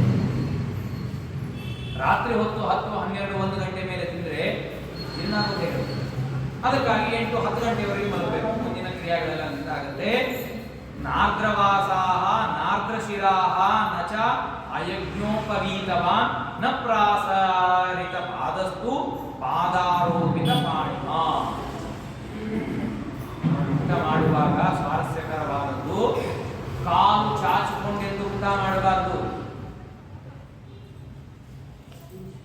ಕೈಯನ್ನು ಇಟ್ಕೋಬಾರ್ದು ಅಂತಾರೆ. ಎಡಗಮೇಲೆ ಕೈಯನ್ನು ಕೆಳಗಿಟ್ಟು ಊಟ ಮಾಡಬೇಕು ಅನ್ನೋ ಕ್ರಮ ಎಲ್ಲ ಸೂಕ್ಷ್ಮವಾಗಿದೆ. ರಾಸಶೇಷ ಶಾಖ ಮೂಲ ಫಲೇಶ್ವಾದಿ ದಂತಚ್ಛೇದೇನ ಭಕ್ಷೆ. ನಾನು ಅವಾಗಲೇ ಹೇಳಿದೆ, ಶಾಖ ಫಲ ಮೂಲಗಳು ಅವು ಯಾವುದೂ ಕೂಡ ಮಾಡುವಂಥದ್ದಲ್ಲ. ಬಹೂನಾಂ ಅಶ್ನತಾಂ ಮಧ್ಯೆ ನಚಾಸ್ನೀಯ ತ್ವರಾನ್ವಿತ. ನಮ್ಮ ಬ್ರಾಹ್ಮಣರ ಮೇಲೆ, ಯತಿಗಳ ಮೇಲೆ ಇವತ್ತಿಗೆಲ್ಲರೂ ಆಕ್ರಮಣ ಮಾಡೋದೇನು? ಸಹಪಂಕ್ತಿ ನಮ್ಮ ಜೊತೆಗೆ ಯಾಕೆ ಊಟ ಮಾಡಲ್ಲ ನೀವು? ಅದೇ ಒಂದು ಕ್ವಶನ್ ಪೇಪರಲ್ಲಿ ಇದರಲ್ಲಿ ಏನಂತ ಬಂದ ತಕ್ಷಣ ನಮ್ಮ ಜೊತೆ ಊಟ ಮಾಡ್ರಿ. ನಾವಲ್ಲ, ನೀವು ಕೂಡ ಇದು ಮಾಡಬಾರ್ದು ಅಂತಾರೆ. ಪಬ್ಲಿಕ್ ಆಗಿ ಊಟ ಅನ್ನೋದು ಪಬ್ಲಿಕ್ ಆಗಿ ಅಲ್ಲೇ ಅಲ್ಲ, ಏಕಾಂತದಲ್ಲಿ ಊಟ, ಪುರೀಶ ಉತ್ಸರ್ಗಗಳನ್ನ, ಮಲಮೂತ್ರ ವಿಸರ್ಜೆಗಳನ್ನ ಸಾರ್ವಜನಿಕವಾಗಿ ಮಾಡೋದಲ್ಲ, ಅದು ಏಕಾಂತದಲ್ಲಿ ಒಬ್ಬರಾಗಿ ಮಾಡುವಂತ ಊಟನೂ ಅಷ್ಟೇ. ನಾವು ನೀವಲ್ಲ, ಊಟದ ಕ್ರಮ ಹಾಕೊಟ್ಟಿದ್ದಾರೆ. ಅದಕ್ಕಾಗಿ ವಿಶೇಷವಾಗಿ ಹೇಳುವುದು ಅಂತಂದ್ರೆ, ಭೀಮಸೇನ ದೇವರು ತಾವು ಮಹಾಭಾರತದ ಕೊನೆಗೆ ಅಲ್ಲಿ ನಾವು ಕೇಳುವಾಗ ಅಜ್ಞಾತವಾಸದಲ್ಲಿ ಇದ್ದಾಗ ಹೇಳುವಂತಹ ಕ್ರಮ ಏನು ಅಂತಂದ್ರೆ, ಅವರು ಒಬ್ಬೊಬ್ಬರು ಒಂದೊಂದು ವೇಷವನ್ನು ಹಾಕೊಂಡಾಗ ಭೀಮಸೇನ ದೇವರು ಹಾಕಿಕೊಂಡಿರುವ ವೇಷ ಸೂದ ವೇಷ, ಅಡಿಗೆ ಮಾಡುವವರ ವೇಷವನ್ನು ಹಾಕಿಕೊಂಡು. ಕಾರಣ ಏನು? ಅಡಿಗೆ ಮಾಡುವ ವೇಷವನ್ನೇ ಹಾಕೊಳ್ಳಿದವರಿಗೆ ಕಾರಣ ಬಂತು, ಅನ್ನದ ಶುದ್ಧಿ ಇರಬೇಕು. ಪರಪಾಕೋ ಗೃಹಸ್ಥಸ್ಯ ಕ್ಷತ್ರಿಯಸ್ಯ ವಿಶೇಷತಃ ಅಂತ ಹೇಳ್ತಾರೆ. ಪರಪಾಕ ನಿಷಿದ್ಧ. ಪರಪಾಕ ಅನ್ಲಿಕ್ಕೆ ಬೇರೆಯವರು ಅಂತ ಅನ್ನೋದು ಅರ್ಥ ಒಂದು ಜೊತೆಗೆ, ಪರ ಅನ್ಲಿಕ್ಕೆ ಕೆಲವರು ಹೇಳಿದ್ದಾರೆ. ಹೆಂಡತಿ, ಮಕ್ಕಳು, ಶಿಷ್ಯರು, ಹೆಣ್ಣು ಕೊಟ್ಟು ಮಾವ, ಇವರೆಲ್ಲರೂ ಪರ ಅಂತ ಆಗಲ್ಲ, ಹೊರಗಿನವರು ಅಂತ ಆಗಲ್ಲ, ಅವ್ರನ್ನೆಲ್ಲ ಸ್ವೀಕಾರ ಮಾಡಿದ್ರು. ಇನ್ನು ಬಿಟ್ಟು ಪರಪಾಕ, ಇವತ್ತಿನ ಏನು ಫಾಸ್ಟ್ ಫುಡ್ ಇದೆ, ನೀವು ಕ್ಲಿಕ್ ಮಾಡಿದ್ರೆ ಝೊಮ್ಯಾಟೊ ಇಂದ ಬಂದೇ ಬಿಟ್ಟು ಆರ್ಡರು, ಫಸ್ಟ್ ಬಿಟ್ಬಿಡಬೇಕು. ಪರಪಾಕ ಅನ್ನೋದು ನಿಷಿದ್ಧ. ಆಹಾರ ಅನ್ನೋದು ದೈಹಿಕವಾಗಿ ಅಷ್ಟೇ ಅಲ್ಲ, ಮನಸ್ಸಿನ ಮೇಲೆ ಪರಿಣಾಮವನ್ನು ಕೊಡುವಂಥದ್ದು. ನಮ್ಮ ತಿಂದ ಆಹಾರ ಒಂದು ಭಾಗ ದೇಹದ ಪುಷ್ಟಿಯನ್ನು ಕೊಡುತ್ತೆ, ಸ್ಥೂಲವಾದವಾದ ಬೇಡವಾದದ್ದು ಅದು ನಮಗೆ ಹೊರಗೆ ಹೋಗುತ್ತೆ. ಸೂಕ್ಷ್ಮವಾದ ಭಾಗ ಏನಿಲ್ಲ ಅದೇ ಮನಸ್ಸಾಗಿ ಪರಿಣಾಮ. ಅದಕ್ಕಾಗಿ ಆ ಮನಸ್ಸಿನ ಮೇಲೆ ಸ್ಥಿತಿಗತಿಯನ್ನು ಕಂಟ್ರೋಲ್ ನಾವು ಮಾಡಬೇಕು ಅಂದರೆ ಆಹಾರ ಶುದ್ಧಿ, ಪಾವಿತ್ರ್ಯತೆ, ಅದರ ಕ್ರಮವನ್ನು ನಾವು ಅಳವಡಿಸಿಕೊಂಡಾಗ ಮಾತ್ರ ಸಾಧ್ಯ ಅಂತ ಹೇಳಲಿಕ್ಕಾಗ್ತದೆ. ಒಂದು ಸೂಕ್ಷ್ಮವಾದ ಕ್ರಮವನ್ನು ಇದರಲ್ಲಿ ನಾವು ತಿಳಿಯಬೇಕು ಅಂದರೆ, ಭಗವಂತ ತಾನು ಅಹಂ ವೈಶ್ವಾನರೋ ಭೂತ್ವ ಪ್ರಾಣಿನಾಂ ದೇಹಮಾಶ್ರಿತಃ ಪ್ರಾಣಾಪಾನ ಸಮಾಯುಕ್ತಃ ಪ್ರಜಾಮ್ಯಂತಂ ಚತುರ್ವಿಧಂ.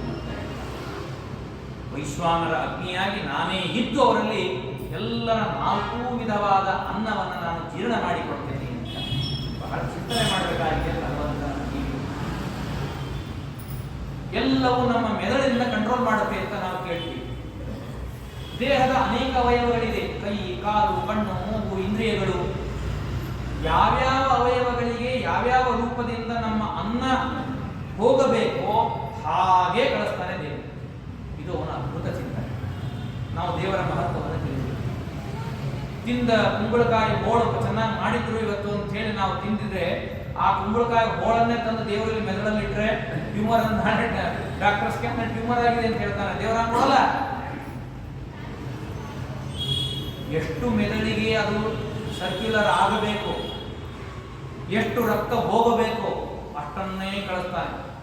ಒಂದು ಡ್ರಾಪ್ನಲ್ಲಿರುವ ಜಸ್ಟ್ ಸಾಸಿವೆಯಲ್ಲಿ ಒಂದು 10 ಭಾಗ ಮಾಡಿ ಅದರಲ್ಲಿ ಒಂದೇ ಒಂದು ಡ್ರಾಪ್ ಮೆದುಳಿನಿರುವ ನರದ ಮೇಲೆ ಕುಳಿತರೆ ಪ್ಯಾರಾಲಿಸಿಸ್ ಆಗುತ್ತೆ. ಅಷ್ಟಿದೆ ಸೈನ್ಸ್. ದೇವರು ಹಾಗೆ ಮಾಡದೇನೆ ಎಲ್ಲೆಲ್ಲಿಗೆ ಎಷ್ಟು ಬೇಕು. ನನ್ನ ನಡಿಲಿಕ್ಕೆ ಕಾಲಿಗೆ ಶಕ್ತಿ ಬೇಕು, ಅದಕ್ಕೆ ಮಾಂಸವನ್ನು ಅಷ್ಟು ಕ್ರಿಯೇಟ್ ಮಾಡೋಕೆ ಮಾಡ್ತಾನೆ. ನಮ್ಮ ಹೃದಯಕ್ಕೆ ಪಂಪಾಗಲಿಕ್ಕೆ ಏನು ಶಕ್ತಿ ಬೇಕೋ ಅಷ್ಟು ಕೊಡ್ತಾನೆ. ನರಗಳಲ್ಲಿ ಶಕ್ತಿ ಬರಲಿಕ್ಕೆ ಏನು ಬೇಕೋ ಅಷ್ಟನ್ನೇ ಕಳಿಸ್ತಾನೆ. ನಮ್ಮ ಬಾಹುಗಳಿಗೆ ಎಷ್ಟು ಶಕ್ತಿ ಬೇಕೋ ಅಷ್ಟು ಕೊಡ್ತಾನೆ. ಮೆದುಳಿಗೆ ಎಲ್ಲಿ ಹೋಗಬೇಕು ಏನು ಮಾಡ್ತಾನೆ. ಕಣ್ಣಿಗೆ, ಮೂಗಿಗೆ, ಆಯಾ ಇಂದ್ರಿಯಗಳಿಗೆ, ದೇಹಕ್ಕೆ, ಆರೋಗ್ಯಕ್ಕೆ ಬೇಕಾಗುವಂತಹ ಆಹಾರಗಳನ್ನೆಲ್ಲ ತಿಂದಿರ್ತೀವಿ. ಅದು ಡಿಸ್ಟ್ರಿಬ್ಯೂಟ್ ಆಗೋದು ಹೇಗೆ? ಕರಿಬೇವು ತಿಂದ್ರೆ ಚೆನ್ನಾಗಿ ಕಣ್ಣು ಚೆನ್ನಾಗಿರ್ತದೆ ತಿಂದ್ರಿ ಅಂತಾರೆ, ಮಕ್ಕಳ ತೆಗೆದಿಟ್ಬಿಟ್ಟಿರ್ತಾರೆ. ಆ ಕರಿಬೇವಿನ ಅಂಶವನ್ನು ಕಣ್ಣಿಗೆ ಕಳಿಸ್ಬೇಕಲ್ಲ ದೇವರು. ಅದನ್ನು ಒಳಗಡೆ ನಿಂತು ಆಯಾ ಮೂಗು, ಆಯಾ ಇಂದ್ರಿಯಗಳಿಗೆ, ಮೆದುಳಿಗೆ ಬುದ್ಧಿಶಕ್ತಿಗೆ ಏನೇನು ಯಾವ್ಯಾವ ರೀತಿ ಬೇಕೋ ಅದನ್ನೆಲ್ಲವನ್ನು ದೇವರು ಒಳಗಡೆ ನಿಂತು ನಾನು ಮಾಡ್ತಾನೆ. ಇಂತಹ ಭೋಜನವನ್ನ ಒಂದು ಯಜ್ಞ ಅಂತ ಭಾವಿಸಿ ಭಗವಂತನಿಗೆ ನಾವು ಸಮರ್ಪಣೆ ಮಾಡಬೇಕು. ಋಷಿಮುನಿಗಳು ಕೊಟ್ಟಿರುವ ರೀತಿಯಲ್ಲಿ, ಕ್ರಮದಲ್ಲಿ ನಾವು ಇದನ್ನ ಅಳವಡಿಸಿಕೊಂಡಾಗ ಆರೋಗ್ಯದ ಜೊತೆಗೆ ವಿಶಿಷ್ಟವಾದ ಪುಣ್ಯ ಬರ್ತದೆ. ಯಾಕಂದ್ರೆ ಪುಣ್ಯ ಇಲ್ದೇನೆ, ದೈವತ ಇಲ್ದೇನೆ ಯಾವ ನಮ್ಮ ಆಚಾರ್ಯರು ಯಾವುದನ್ನೋ ಕ್ರಿಯಾಗಳನ್ನು ಹೇಳಿಲ್ಲ. ದೇವತೆಗಳನ್ನು ಮಾಡಿ ಸಂತೋಷಪಟ್ಟು ಇದೊಂದು ಆಹುತಿ, ಪ್ರಾಣಾಹುತಿ, ಅಲ್ಲಿ ಒಳಗಿರುವ ಭಗವಂತನಿಗೆ ಜಾಡರಾಗಿ ಅನ್ನ ಅನ್ನೋದು ನಾವು ಆಹುತಿಯನ್ನು ಕೊಡ್ತಾ ಇದ್ದೇವೆ ಎನ್ನುವ ಚಿಂತನೆಯಲ್ಲಿ ನಾವು ಮಾಡಿದಾಗ ವಿಶೇಷವಾಗಿ ದೇವರು ಅನುಗ್ರಹವನ್ನು ಮಾಡ್ತಾನೆ. ಇನ್ನೂ ಅನೇಕ ವಿಚಾರಗಳಿದೆ. ಊಟ ಆದ್ಮೇಲೆ ತಾಂಬೂಲ ಭಕ್ಷಣದಿದೆ. ತಾಂಬೂಲ ಭಕ್ಷಣದ ನಾವು ಹೇಳಿದ್ವಿ, ಅವಶ್ಯವಾಗಿ ಗೃಹಸ್ಥನಾದವನು ತಾಂಬೂಲ ಭಕ್ಷಣವನ್ನು ಮಾಡಬೇಕು. ತಾಂಬೂಲ ಭಕ್ಷಣದಿಂದ ನಾವು ಮೇಲೆ ಕೆಳಗಡೆ ತೆಗಿತೀವಿ. ಒಂದ್ ಕಡೆಗೆ ದಾರಿದ್ರ್ಯ, ಒಂದು ಕಡೆಗೆ ಅಲಕ್ಷ್ಮಿ ಸೇರ್ಕೊಂಡಿದ್ದಾಳೆ, ಅದನ್ನು ತೆಗಿಬೇಕು ಅಂತ ಹೇಳ್ತಾರೆ. ಒಂದು ಸ್ವಾರಸ್ಯವನ್ನು ಹೇಳ್ತೀನಿ. ಸಾಧಾರಣ ಮಾಡುವಂತಹದ್ದು ಒಂದು 2 ಕಪ್ಪುಗಳನ್ನ ಕೇವಲ ಅಡಿಕೆಯನ್ನು ತಿಂತಾರೆ. ಎಂದೆಂದು ಅಡಿಕೆಯನ್ನು ಕೇವಲ ತಿನ್ನಲೇಬಾರದು. ಅದರಿಂದ ಏನಾಗುತ್ತೆ ಅಂತಂದ್ರೆ 2 ಒಂದು ದಶ ಜನ್ಮಗಳಲ್ಲಿ ದಾರಿದ್ರ್ಯ ಬರ್ತದೆ. ನಾಂತೆ ಹರಿಸ್ಮರಣಂ ಭವೇ ಅಂತ ಹೇಳ್ತಾರೆ. ಕೊನೆ ಕಾಲದಲ್ಲಿ ಭಗವಂತನ ಸ್ಮರಣೆ ಬರಲ್ಲ ಅಂತ. ಅಂತಕಾಲೇ ವಿಶೇಷತಃ ಭಗವಂತನ ಸ್ಮರಣೆ ಬಂದ್ರೆ ಮೋಕ್ಷ ಆಗೋದು. ಕೊನೆ ಕಾಲದಲ್ಲಿ ಭಗವಂತನ ವಿಸ್ಮರಣೆ ಆಗಿಬಿಡ್ತದೆ. ಯಾಕೆ? ಬರೀ ಅಡಿಕೆ ತಿನ್ಬಾರ್ದು ಅಂತ ಹೇಳ್ತಾರೆ. ಜೊತೆಗೆ ರಾತ್ರಿ ಹೊತ್ತು ಎಂದೂ ಕೂಡ ಮೊಸರನ್ನು ತಿನ್ನಬಾರದು. ಮೊಸರನ್ನ ಸರ್ವಾತ್ಮನ ನಿಷಿದ್ಧ.